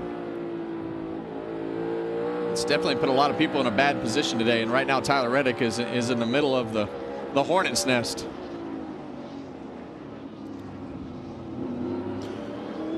'2311 Toyota driver Tyler Reddick grew up in this area, racing at Cycle End Speedway just outside Sacramento. Jamie Little and Tyler discussed his racing roots in Toyota All Out. So back here at Cycle End Speedway, where it all began. What's it like coming back and seeing this place? It's very much like I remembered it when I was a kid. It was a great family atmosphere. I love running the top at this place. When I was younger, it was one of the most fun racetracks that I ever got to race at, and I got to grow up racing here. Small town America, small track. All these kids have aspirations of making it to the big track, and you've done that. Grew up 35, 40 minutes from here. Now I'm a Cup Series driver getting to race a place like Sonoma. Hopefully I can get the victory there. And that's Toyota All Out. 47 laps to go. At least one more pit stop in the offing for Chris Buescher, Martin Truex, A.J. Allmendinger, Kyle Busch, Eric Jones, and the rest of this field. Larry, 34 cars on the lead lap. And when do you want to make that final stop? Yeah, Mike, whether you're Eric Jones that pitted on lap 17 or whether you're some of those guys that were leading early like Reddick, Larson, Chase Elliott that pitted on lap 52, the window opens here in about 4 to 6 laps, laps 68 to 70.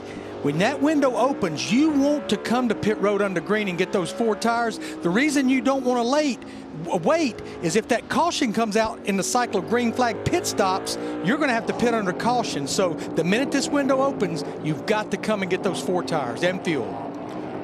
Well, Brad Keselowski's in now, Regan. Mike, that's right. The 6 Brad Keselowski came this time by. Been struggling in the braking zones with the 6 car, and they were going to wait on gas right there as they did that.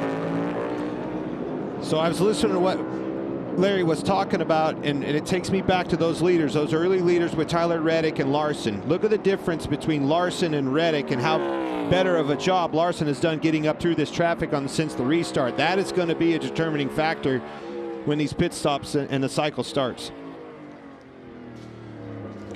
Buescher into 11 with a good gap. And, you know, the little engine that could. Rick Ware Racing. Here is Justin Haley again, having a standout performance for this small team. Worked his way up into the top 10, and that is becoming norm. Yeah, the new normal for him. How about that? Great young man having a great day here in not his normal environment, road courses.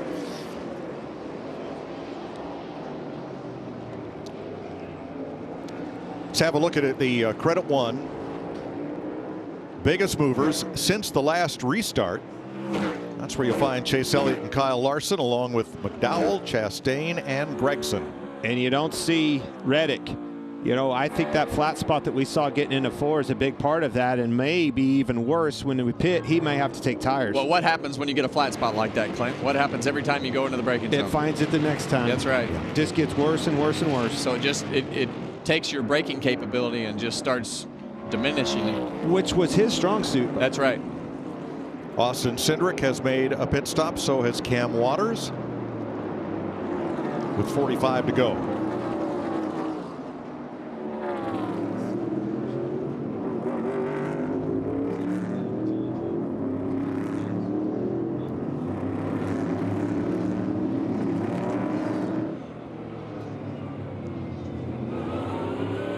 Suarez and Briscoe trading a little bit of adhesive wrap there. And they're still side by side going to 1. Yeah, and you see the back of Briscoe's car there. It was completely torn off. You see that they've taped it all back together with Bear Bond and duct tape.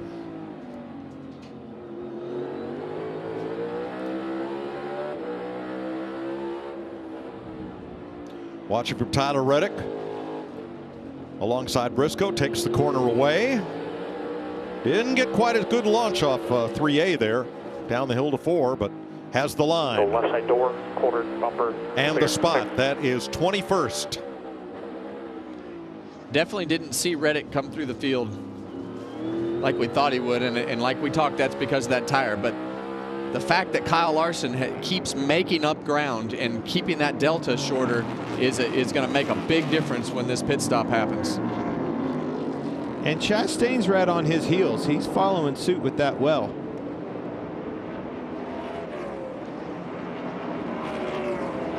You see them right there in 12th and 13th. Those guys have done a great job getting up through the field. This has been one of the more confusing races that I've ever watched, Clint, with all the cautions and all the different strategies. And it's much easier to be in the car. Yeah. Yeah. You don't have to worry about anything other than drive it as fast as it'll go. Uh-oh. Noah Gregson off for, I think, the 3rd time today.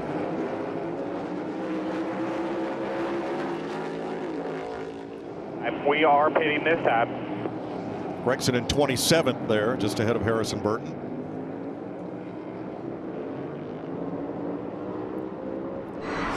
Chase Briscoe has made a pit stop.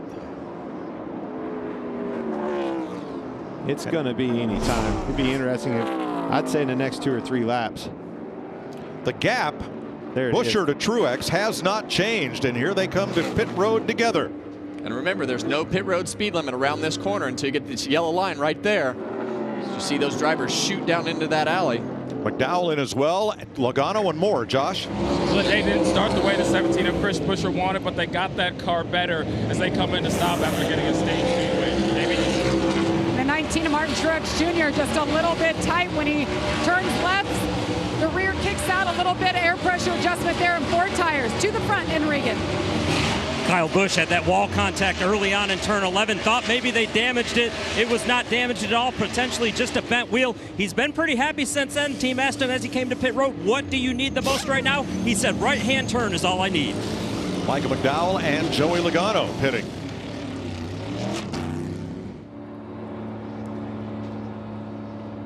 Alex Bowman's completed his stop. Green flag stops, and hopefully the last one of the day. A.J. Allmendinger assumes the lead from Eric Jones and Todd Gilliland.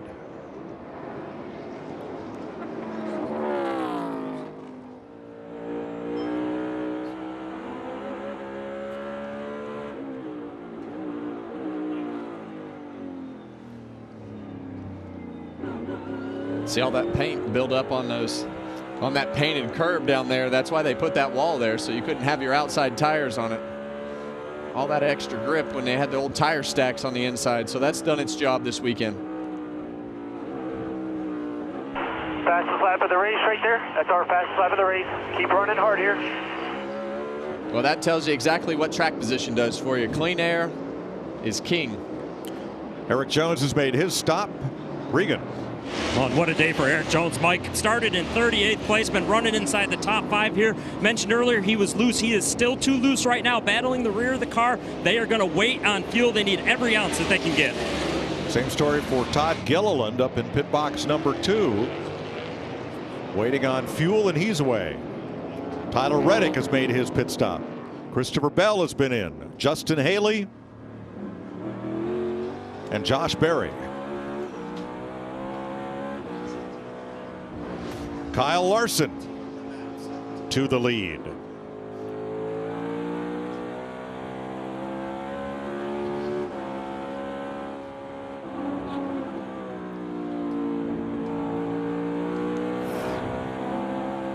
Well, here's the cycle, though, right? It's going to go another lap. Allmendinger's going to run one more. He has 12 seconds on Larson, Stenhouse, and Chastain. Well, what this is allowing Kyle Larson to do is run really, really fast laps, being able to have that clean air and not be in traffic, and that's going to be a good thing. Larry? But the downside, Kevin, if that caution comes out before they make that green flag pit stop, they're going to be marred so deep in the field and not allow laps to go. Yeah, he's making lap time now, and that's great as long as we stay green. Hey, you got to give luck at it. This is a gambling situation. Yes. Now. If we're going to win this race, this is how it's going to be done. Larry, my caution flag bucket's empty. We've had 8 of them today.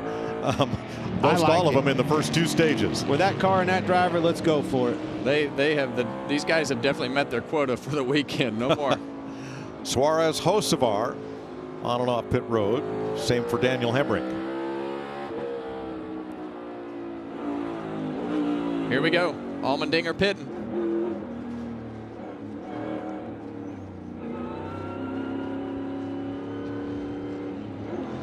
Here's Josh. AJ Allmendinger much happier with that car. Said good forward drive, good on lateral grip, just rolling over just a little bit as they told him to wait on fuel. Larson at the stripe now. He takes over the lead. 2.5 seconds ahead of Ricky Stenhouse. Jamie? Ross Chastain, they're going to take 4 tires here. Said he has a ton of rear grip compared to the last run, so that is positive. Obviously, a lot of speed there for Ross Chastain. Remember, he tested here. They had high hopes coming in.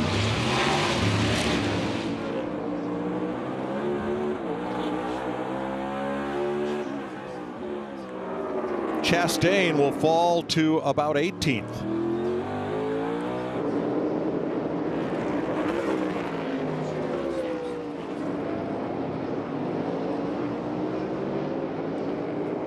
So there's the gap. Larson to Stenhouse. With Elliott 3 seconds back, LaJoie 7, and Blaney 9. Gosh, you see those cars go through turn 10 right there, and it's almost like they just glide as you see Stenhouse hit pit road.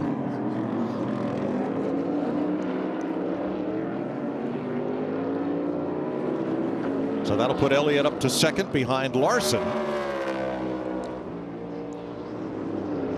With the gap 3.5.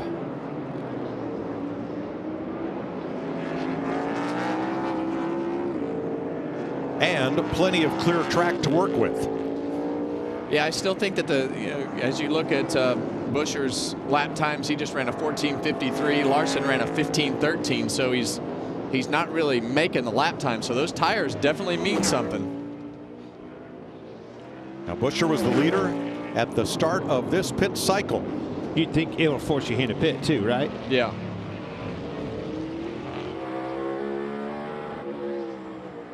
I mean, there's no question that's the focus. So Buescher is 6th right now on the racetrack, 18 seconds out of the lead. Everyone in front of him has to make one more stop. And Ricky Stenhouse too fast on pit road. The speeding police nab him. And with this being such a long pit road, that is going to be costly. To the 47. Kaz Grala started out back, had one excursion off into the dirt today. But the Westboro Mass native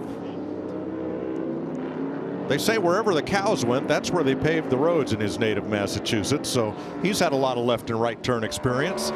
Well, if he's only had one off-track excursion today, that's probably a pretty good ratio. He's up to 5th. Better than most, right?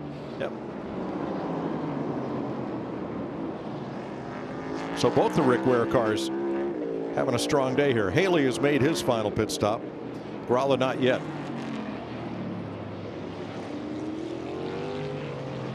Always interesting, Clint, when these road courses get a few cautions, let alone so many cautions as we've had today. And like you said earlier, it's going to take a gamble to win this race. And right now we're seeing Kyle Larson run long. And he is stretching it out over Chase Elliott. That lead has been increasing. Yeah, the last lap was good for Larson. Ran 14.85, so he made good lap time the last time around. Having a lot of clear track there certainly helps. Well, and that's the other thing. I mean, if you're not just racing one of those Hendrick cars, if you're the competition, if you know a Busch or anything else in that conversation, you're racing his teammate Chase Elliott as well. 36 laps to go in wine country. We'll take you Fox side by side.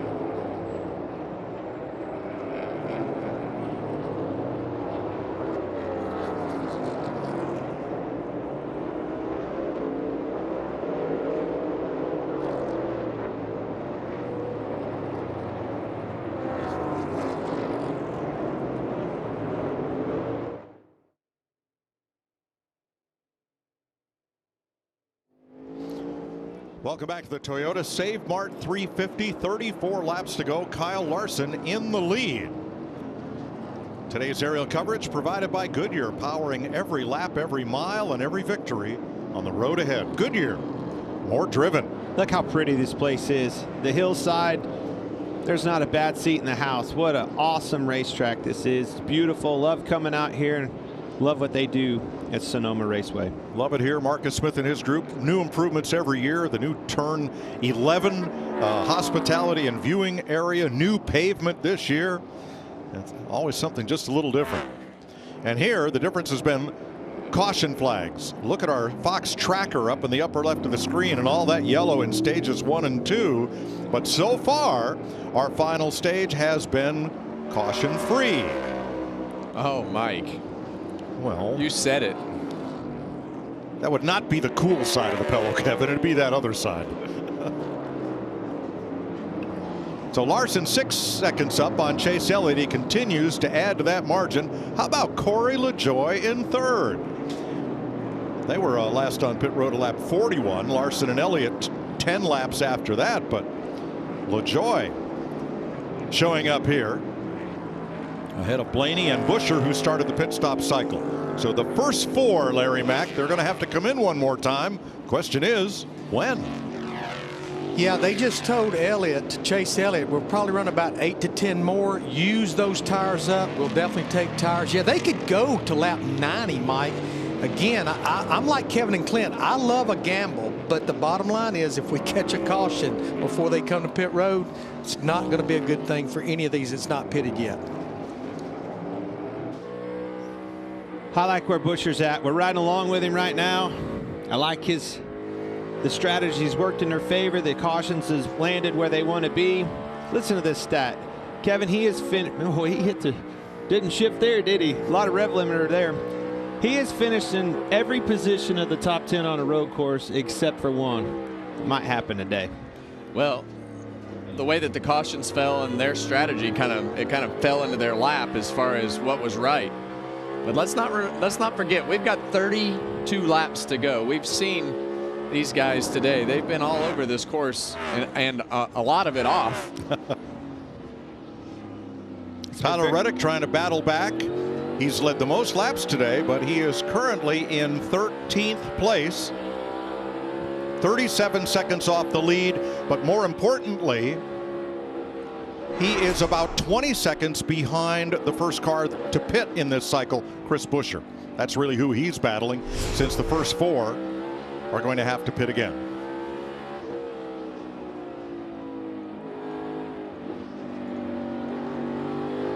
Well, this track's always been about strategy. Takes me back to my first, win that I got here. It was strategy. It's always been that way. Boy, it's quite a bit different than those days. It was just a fuel mileage number and trying to out-gamble the next guy on how you backed into that. I played the race in reverse, but now it's lucking into the cautions, when they're going to land, how it's going to be in your favor, is it not, how well you did getting up through traffic.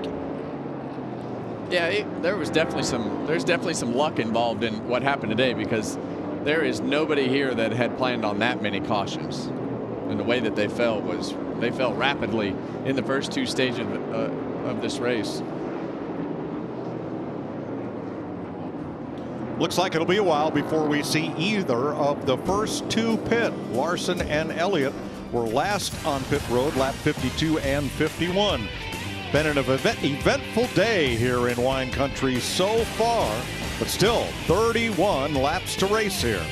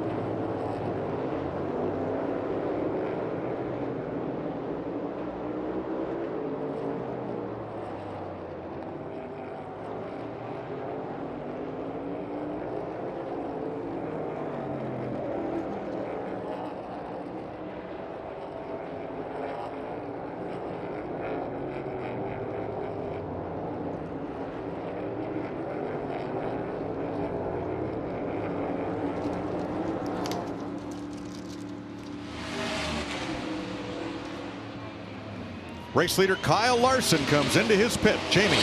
And he pits from the lead, led 10 laps there. Cliff Daniels called him in. It's going to be fuel and 4 tires for Larson.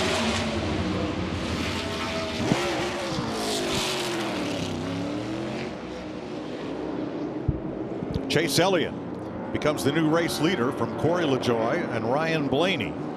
Those are the 3 cars that still have to pit. Now, Larson was 20 seconds ahead of Chris Buescher when he came to pit road, but he will cycle through to about 8th place. Larson will, after exiting the pits 6 seconds behind Buescher right now.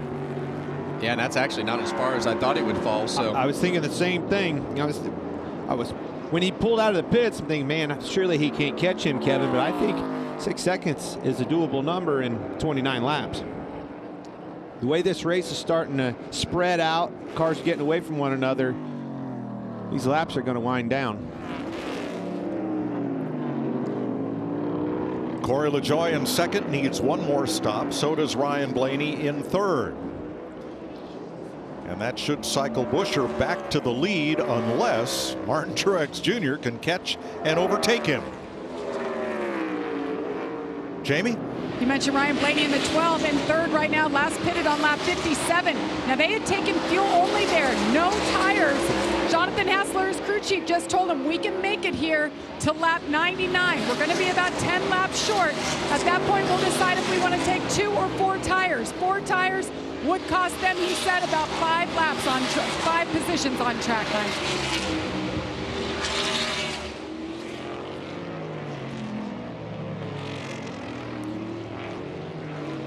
So Blaney on the long run, he is well 7 ahead of Chris Buescher right now.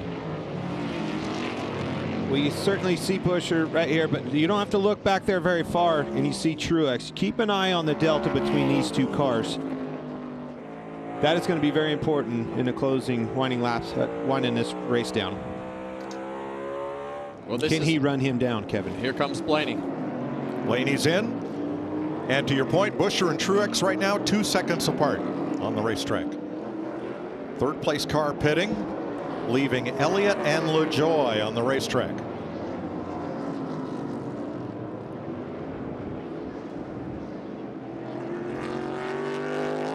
Chase Elliott, so good on these road courses for so many years. Done a great job in this car, just hasn't found his way to victory lane yet, but he's still very consistent. So Blaney gets 4 tires.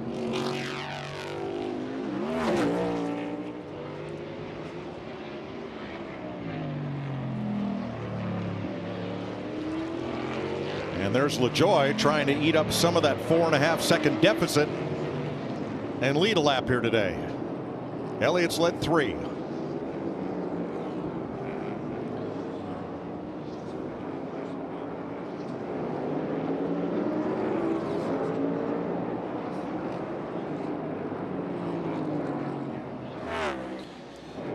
And Elliott's in.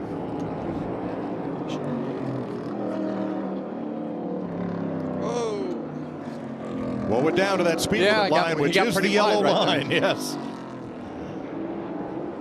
Josh. Well, Chase Elliott pits here from the lead, looking for his first road course win in the next-gen car. It'll be 4 tires and fuel for Chase Elliott.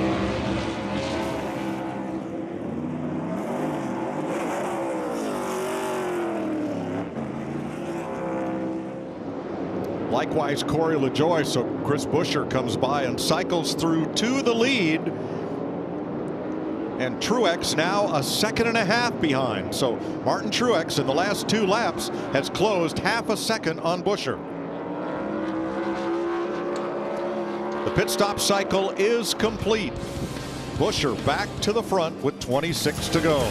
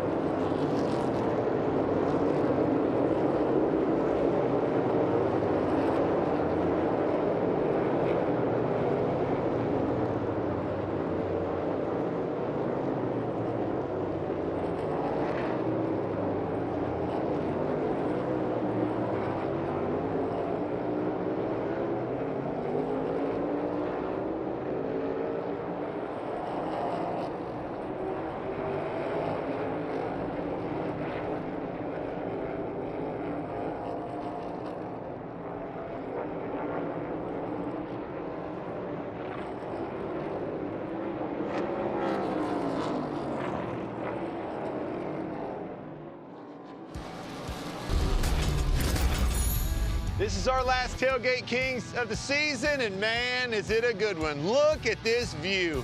Sonoma Raceway is the best. How in the world did you get this view? We drank a lot of wine last night, just landed here. So how long you been coming here again? We've been here about 24 years, but we've been in this spot for the last 10. Hey, awesome racetrack, isn't it? It's a great place. I mean, well, you got the best seat in the house. Congratulations, Yes, thanks for being sir. here. And you boys are officially the Tailgate Kings. Damn right. Woo! All right, 24 laps to go. No trophy, nothing? Since 1996, those guys have been coming to that same spot. Man, they had a perch up there. Awesome view. Been How was friends that for a long bacon? time. And he's Larson. I stole some bacon. I saw that. Yeah, it was fantastic, by the way. So now it comes down to the tires. Sorry, Mike, but it comes down to Larson, Cliff Daniels making the move. Getting through this traffic, Kevin, is very important. He did a good job of it earlier, as we noted, and it's going to be important utilizing these tires. But this is going to be a tough one because Larson's got to get past Allmendinger and McDowell, two very experienced road racers, and they're going to be hard to pass. Oh, yeah? But I think it's because of the tires. Great point, but I think it's because of his tires. Cliff Daniels gave him that opportunity. Yeah, he just has to lose as little time as possible through this traffic, and that's really going to be the key as to whether he can catch him or not. Is if he can get through this traffic in every passing zone, he needs to take the opportunity to make the pass as soon as possible. When we went to break, he was 8 seconds. That number had an 8 on it. Now it's got a 6. He's catching them. Going to give A.J. Allmendinger a little help there. And unfortunately, you got to traded right back. You got to get aggressive. Be careful here. That is not too aggressive. Not what he needed to have happen. I told you they'd be tough to pass. You're right. Fired right back. And they're going to continue. They didn't like the way he roughed them up. Nope. That cost him. Now we're back to an 8. Cost him 2 seconds. Yep. That 2 seconds. You know, he got into the back of Allmendinger right there, ran wide, going down into turn 4, and Michael McDowell said, I'm going to pass you both. Yep. And then it took the next passing zone away in turn 7 where he wasn't able to make the pass, and he had to he's going to have to repass Michael McDowell now. Now he's going to have to try it at turn 11. And Larson inside of, and there he goes. So Larson gets him back and now has a chance to try and chase down the leaders. Larry Mack, is it trend time or is it wine time? Well, it is, Mike. It could come down to tires. It could come down to lap traffic, but it might come down to a trend. The last 2 Sonoma races with the Gen 7 car, the average of the last caution was lap 88, 22 laps to go. We've not had an overtime finish in a while, and that's where we're at, lap 88. Yeah, we've not had a caution in stage 3.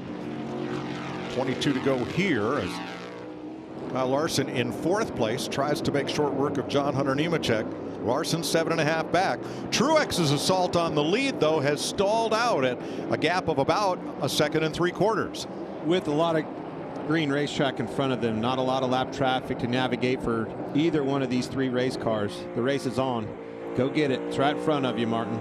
And they're on identical tires, having both stopped at lap 68, as did Kyle Busch in 3rd. 2 streakers trying to get off that list. That's a pretty stout list of guys that haven't won races. You're not kidding. Of champions. Champions. Yeah. Yes. Hey, great day for Kyle Busch. Quietly, right? We haven't really touched on him much today, but much needed good run here so far in Sonoma for him and RCR. And we've talked about Kyle being frustrated and having the bad finishes and everything that goes along with that. Having days like today will calm that down because Kyle is a competitor that wants to succeed. He wants to win. And when you have all the trouble that they have had, he's just had a short fuse lately. And today will definitely kind of ease that a little bit. He's also a driver. He's got that short fuse, and I hear that, and we've all experienced and seen that. But he's also a guy that'll put it behind him immediately and go right back at it and tackle it again. I mean, he is an attacker behind the wheel of that race car. Doesn't matter what the scenario is, you can count on him to give it all. All right, Martin Truex is back on the charge. He's cut another ½ second out of that lead. Now it's 1 1/4 seconds. from Truex to Chris Buescher. That's a good point, and you look over at Larson, and it took him all this time to get what he gained back and lost with McDowell and Allmendinger.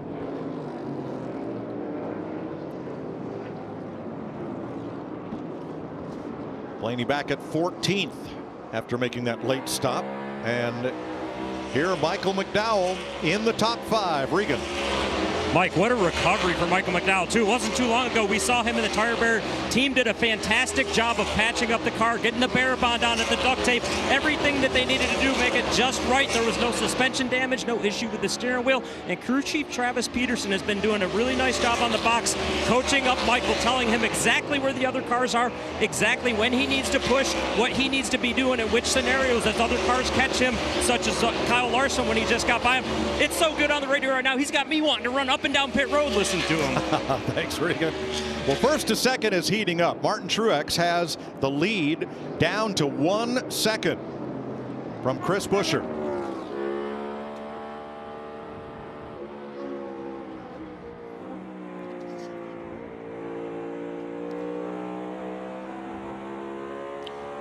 Battle for the lead is going to heat up here. We'll be back to catch it at Sonoma, where there are 20 laps to go in the Toyota SaveMart 350.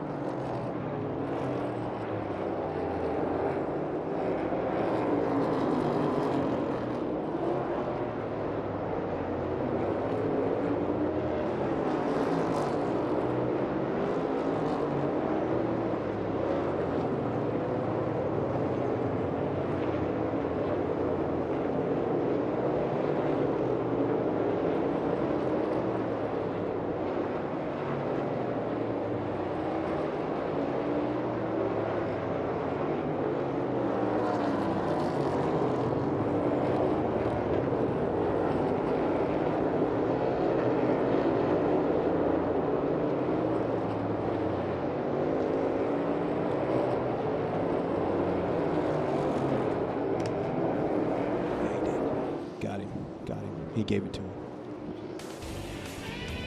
That's Brahma's quarterback Chase Garbers warming up for the XFL Conference Championship game next on Fox. San Antonio at St. Louis. The winner plays for the United Football League title. That's next on Fox. Right here at Sonoma. Third place, Kyle Larson to Kyle Busch, just about 5 car lengths apart.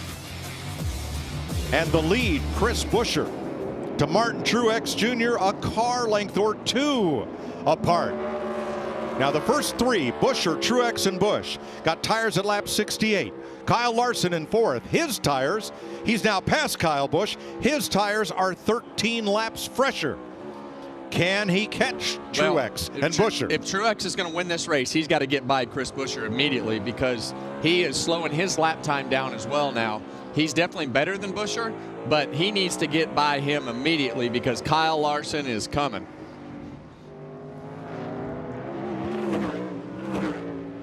And can Buescher hold him off? I mean, his car is falling off. You can see the lap times. They are definitely getting bigger in the rearview mirror.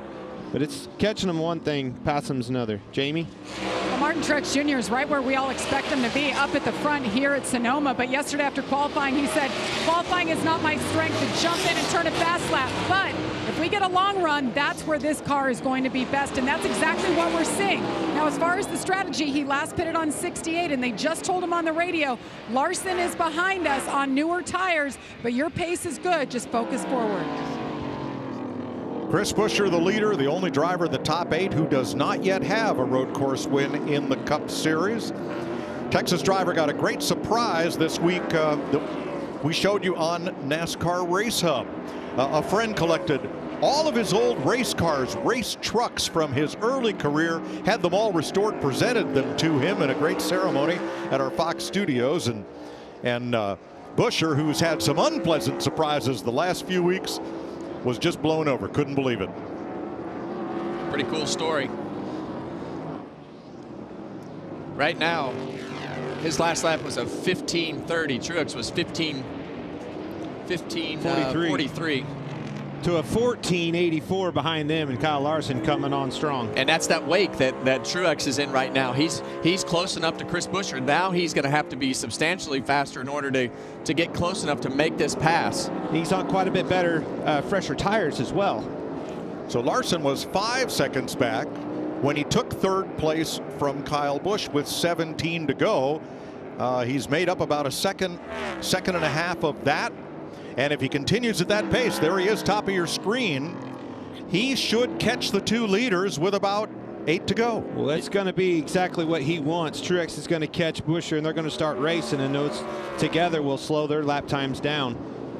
And his best case scenario right now is that it stays like this, right? Like it's just the 19 car of Truex being able to drive in there, get close, and then fade back. He does not need Martin to go by, because that's going to make it a lot harder, because Martin is faster than Chris Buescher.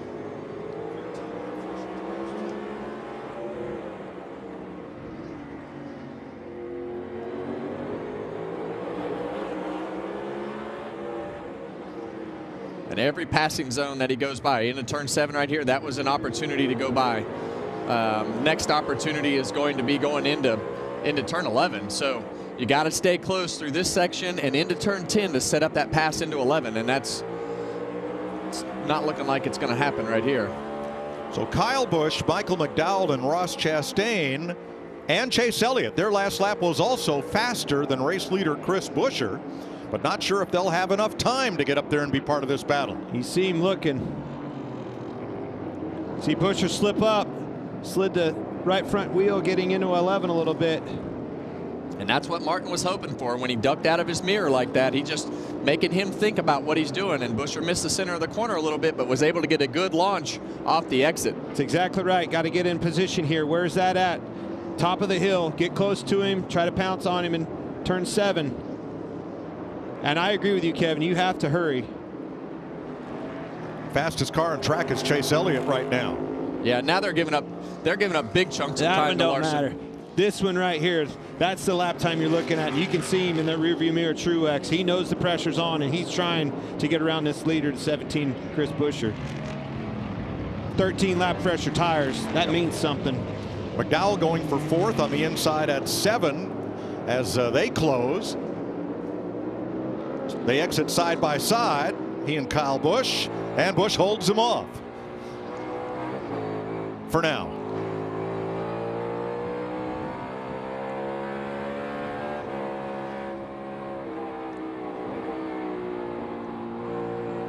If you're Michael McDowell, do you want to push it now, or do you want to close on the leaders now first? Okay. Got to go now. Always go now, because the longer it goes, the harder it gets.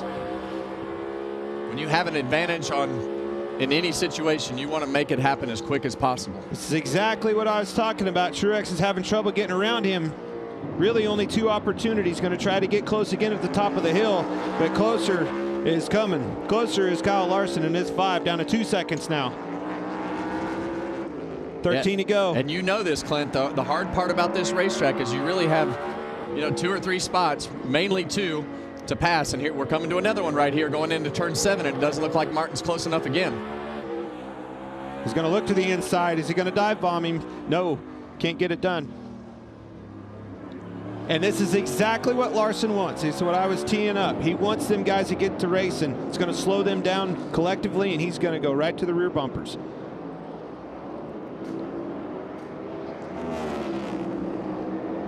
Larson inside of 2 seconds to the lead now. All right, Truex is close enough to him now. Can he make his move? He's got to. He's looking, but he's not there. No. Another lap. And now what happens, you know, when they're that close, Buescher went to the middle of the racetrack, blocked, and Martin didn't make the pass. Now they're hurting their lap time, so it's best case scenario for Larson. Now they ran 1550s. Buescher ran a 1550 to a 1490. They gave up 0.6 of a second to the lead. Buescher still has pretty good drive off the corner, and he's able to hold that lead. No, that was a good move there. I've done that a few times, and I've had it done to me, running that dirt. Now Truex missed into 3. He got in that dirt, got his tires dirty.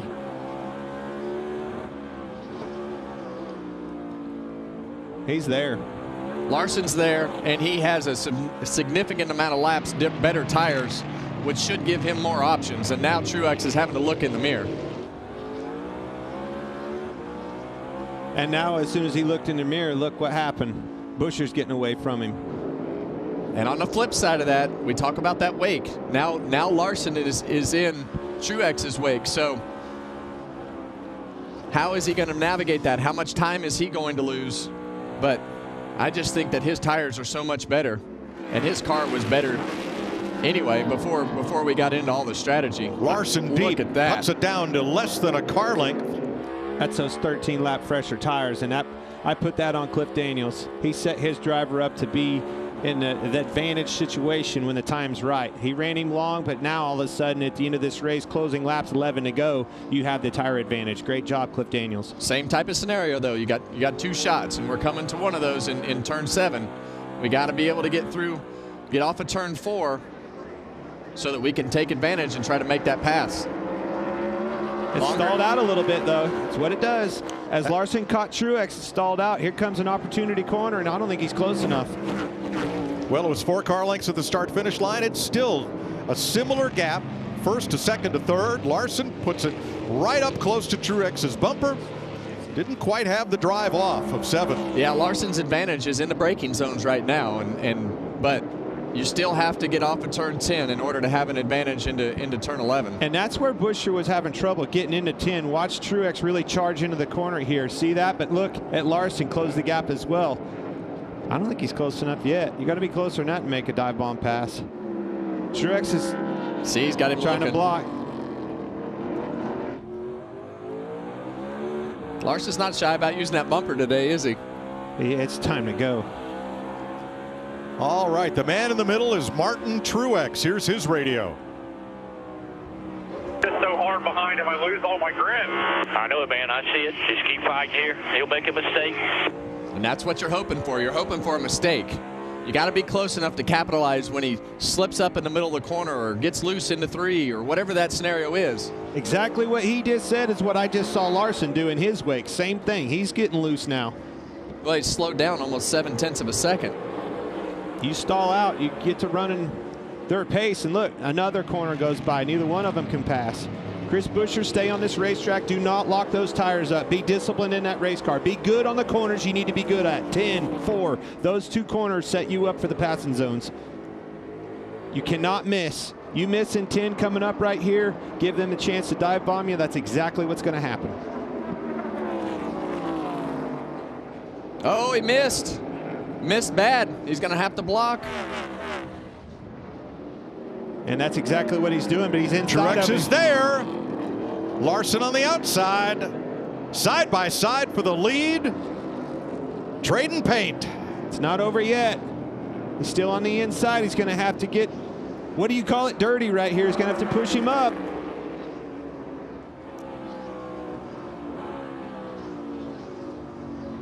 And you can see them both slipping and sliding around. Buescher's tires are just worn out. In the 17 quarter, clear. Truex to the lead. Larson to second. But it's not over. It's far from over. 9 to go.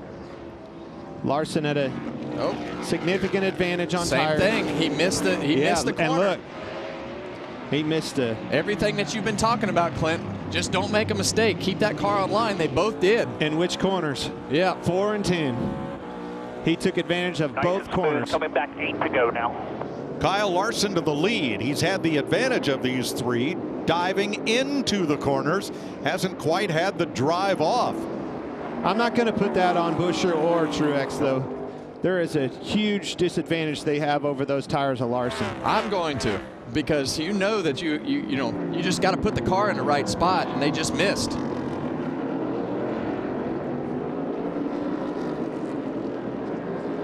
Mike McDowell closing in on that lead trio with all the battling that's been going on. It's brought McDowell within inside of 3 seconds to the lead.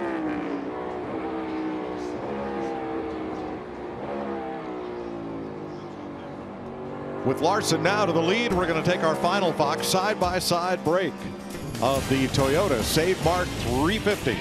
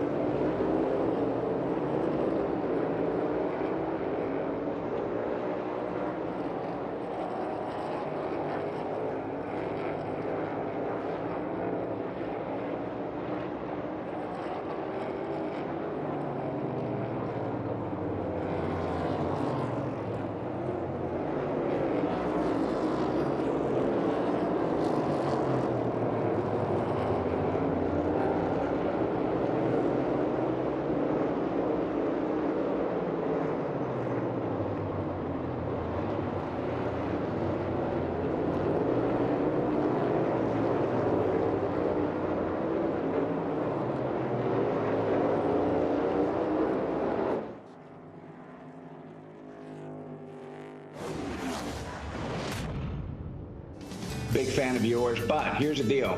We should do a little bit of a trade and where you and I play catch, and I hope you how to throw better, and I get in a car with you and you teach me a little bit about car racing. I would love that. I'm good with that. I'm good with that. My job's getting ready to end, so we can arrange that. So that is absolutely no problem. I will tell you this: my baseball career ended by a ground ball in practice that hit me in the mouth. I threw my glove down and said, that hurt too bad. I'm out of here. So I did quit on baseball, but I guess it worked out okay on the racing side. It sure did. It sure did. New episode every Tuesday and Thursday. Happy hour. You never know who'll show up next. You never know. You get a chance to play catch with him, I'm going to be jealous. Your hand's going to hurt. Right now. Yeah, I hope he doesn't throw it very hard. I do. Well, here is Michael McDowell. He's throwing hard and he's throwing strikes as he closes in on Chris Buescher. Two Fords fighting for third place here. Half a second apart with 5 to go. Kyle Larson in front of Martin Truex. 9/10 of a second. Here's some Michael McDowell radio. Ready, I think I got it right front coming apart. Stay smooth and tidy with it. It'll last. These things just get weird. Oh, no.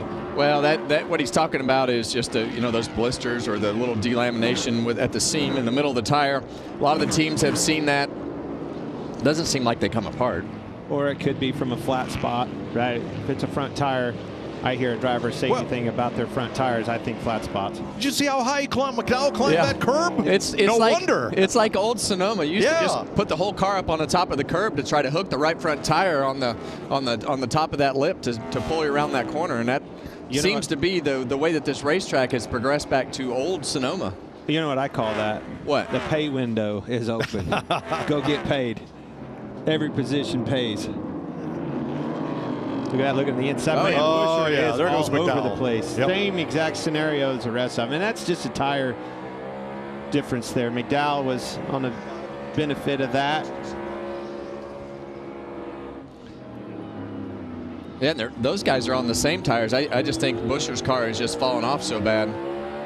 So that is Ryan Blaney trying to take advantage of Tyler Reddick here as they try to get their way back up through the field. They are 9th and 10th. Reddick's going to let him have that position, not fighting for it. Probably smart. Yeah, and going back to Reddick, we talked about it during the break. I think his race ended when he had that contact with Kyle Larson, slid that right front tire, and he's just never had the braking capability that he had early in the race once he did that. You know, I'm going to tell you, Truex at a 13-lap disadvantage on tires has done a great job of holding pace with Kyle Larson. That Kyle Larson slips up the least little bit before to go, he'll be right there for the taking. And the biggest question about Martin Truex is, next year, will he be back? Will he relinquish the seat at Joe Gibbs Racing? A lot of drivers in the free agency market, and a lot of people would love to be sitting where he is right now. Look at Kyle Miss right there. This isn't over. Kyle slid up the racetrack, lost a lot of time right there. Well, maybe we'll find out the answer to True. Oh, around goes Austin Cindric. Had another twirl there. Up at 7. Still green. He was by himself. Grabs a gear, gets going, and we stay green. So the NASCAR Cup Series continues at Iowa Speedway. Our friends from NBC will have the live coverage next Sunday and carry it all through the playoffs. Don't forget the Truck Series continues all year on the Fox family of networks. That's a big race right there. Next truck race Friday, June 28th in Nashville. I sure hope it is anyway. Oh, I'll be there. I can't wait Tell you what, to see Clint race. Kevin, you buy the tickets, I'll buy the popcorn. Let's go. I'm starting to get a little bit nervous. Really? Yeah, I had to get the brain bucket back out of the bag, make sure. You know, there's new rules. I didn't know this. I have to have a heat shield around me now. I don't need all this heating elements. And you tell me about cool suits and all this stuff. I may have to look into one of those. I would get old, Kevin. A man of your age needs a cool suit. I might take your word for it this time. Well, have fun out there, all right? That's the main thing. Yep. That Truck Series is always good race and had a lot of good times over the years. Racing for you, Kevin. Can't wait to get out there. This is not over. Nope. 2 laps to go in the Fox portion of this NASCAR season, and Ross Chastain wants to make it a memorable 2 as he's after fellow Chevy driver Kyle Busch for 5th place here.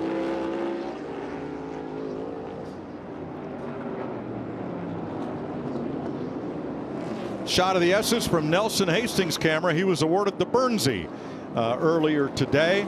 Something very special to our Fox Sports family, honoring the memory of Steve Burns. And Nelson Hastings has been our lead cameraman for many years here, taking over from legendary Chuck Mills. And he is as big a fan of the sport as any of us on this whole Fox Sports property. Nelson, thanks for 2 million great laps. Tilt, pan, focus, and zoom. Well done. Great guy. Enjoy your time off.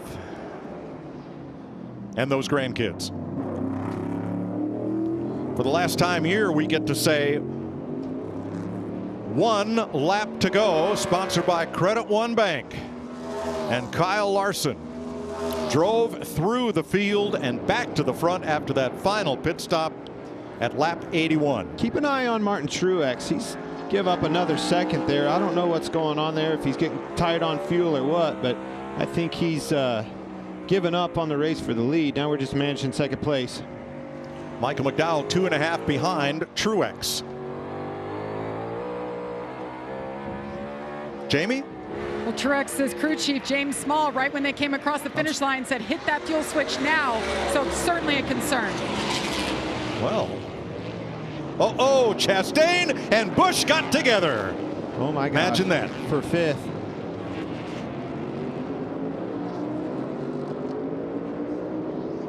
He's going to fall all the way back to at least 11th. The hits just keep coming for Kyle Busch and everybody on that 8 car. That's going to be unfortunate. Had a top 5 going. That's a tough one. Last lap. That is a tough one. Last corner for Elk Grove, California's Kyle Larson. The 31-year-old is going to power off turn 11. Take this little kink here to the checkered flag. And Kyle Larson scores his 26th career win. 3rd of the season. Hendrick Motorsports, Chevrolet. Hold on, Truex is out of gas. Way to execute. Way to be there all day. Good job. Truex is out of gas, guys. He didn't make it back around. McDowell's going to be second. Buscher, he's still not around. He's right there at the start-finish line, 100 yards before it, out of gas. He's not going to finish.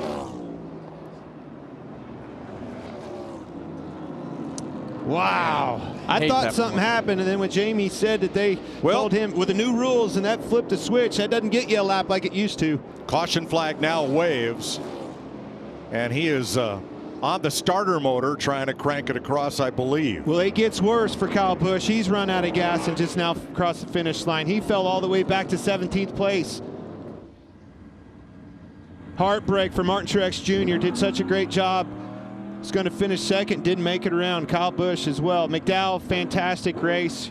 Chris Buescher, another good run. This race has had it all. Oh my goodness. I'm exhausted. I am too. And kind of like Ryan Blaney last week, running out of gas with 1 to go and ending up the last car on the lead lap. Here is Truex trying to nurse it across. We mentioned last week the race where Rick Mast and Harry Ant got help on the last lap at Talladega. You're not allowed to have another driver push you or aid you on the final lap of the race. He's running a starter to get it across the finish line. He's got it in gear and running a starter. As long as that battery lasts. He might make it, and if he does, he'll be credited with a lead lap finish. Safety truck hanging back behind Martin Truex, who could walk across the line faster than that car is rolling right now. Hey, fastest car that I saw this weekend just won the race, Kevin. After all the stuff that happened, they played their cards right. They had the fastest car in race trim. They made it happen today.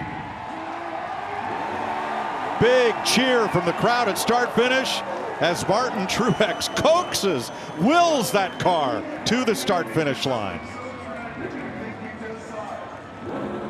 Well, Kyle Larson's done a great job all season. We saw everything that happened in Indy, got his waiver, back in victory lane. Everything is right with Kyle Larson. We saw him beat himself up after Indy, some of the things that happened, but this is one really good race team with a really good driver. And a really good skipper, that crew chief, Cliff Daniels. 8th Sonoma win for Hendrick Motorsports. Most of all teams, 3 different drivers account for those 8 wins. And it's Larson's 20th victory since joining Hendrick Motorsports in 2021. 3rd among all drivers to win for that team, behind Jeff Gordon and Jimmy Johnson.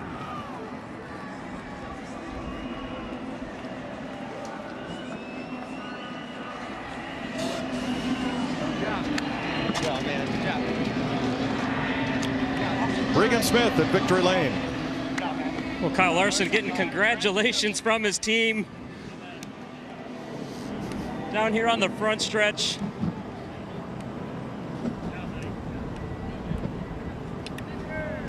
From nearby Elk Grove, California, Kyle, you get your 2nd win at your home racetrack. The final segment of the race, you come out in 8th place with about 29 laps to go. How did you find a way to catch all those guys and pass them and still have something left in the tank? Yeah, I was, I didn't know what we were doing as far as strategy. You know, I was just out there banging laps away, and I don't know. I mean, we study all strategy, but it's like doing homework. I don't really know what I'm looking at. But, so yeah, I was like, well, man, these guys have to pit another time maybe. But, Yeah, and then when he said we had to go race and pass those guys, I got a bit nervous. I knew I'd be quick, from the get-go, but I thought once the tires would come up to temp, it would even off too much. So thankful that we had enough grip. Thankful too that those guys got racing and didn't, Martin never got clear really to where, I would get stuck in third, and that really saved the race. And I thought too, once he got to lead, I'm like, man, I hope, he doesn't have somebody to judge off of here in the 4 and he misses apex, and sure enough he did, and I had a big run. So just an awesome race car. Valvoline, every time we have Valvoline on the car, I feel like we're really fast. So thanks to Valvoline, HinderCars.com, Chevrolet, Ginger Rodman Bar, Prime too. So just cool to win at home, drink some wine here in a little bit, and go celebrate. Enjoy the celebration. Kyle Larson wins a wild one in Sonoma.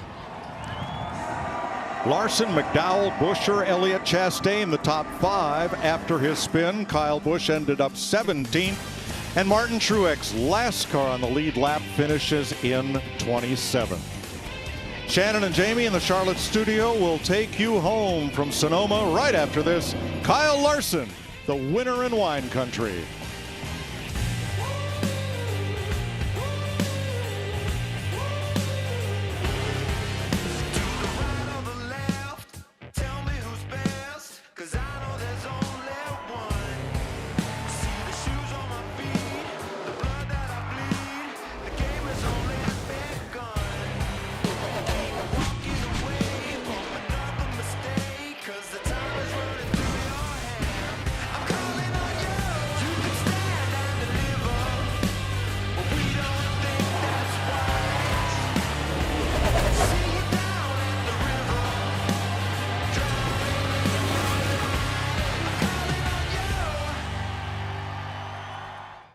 This copyrighted telecast may not be reproduced, retransmitted, or used in any form without the authorized written consent of NASCAR Broadcasting. NASCAR would like to thank all of our fans for your support, and we hope you enjoyed today's broadcast.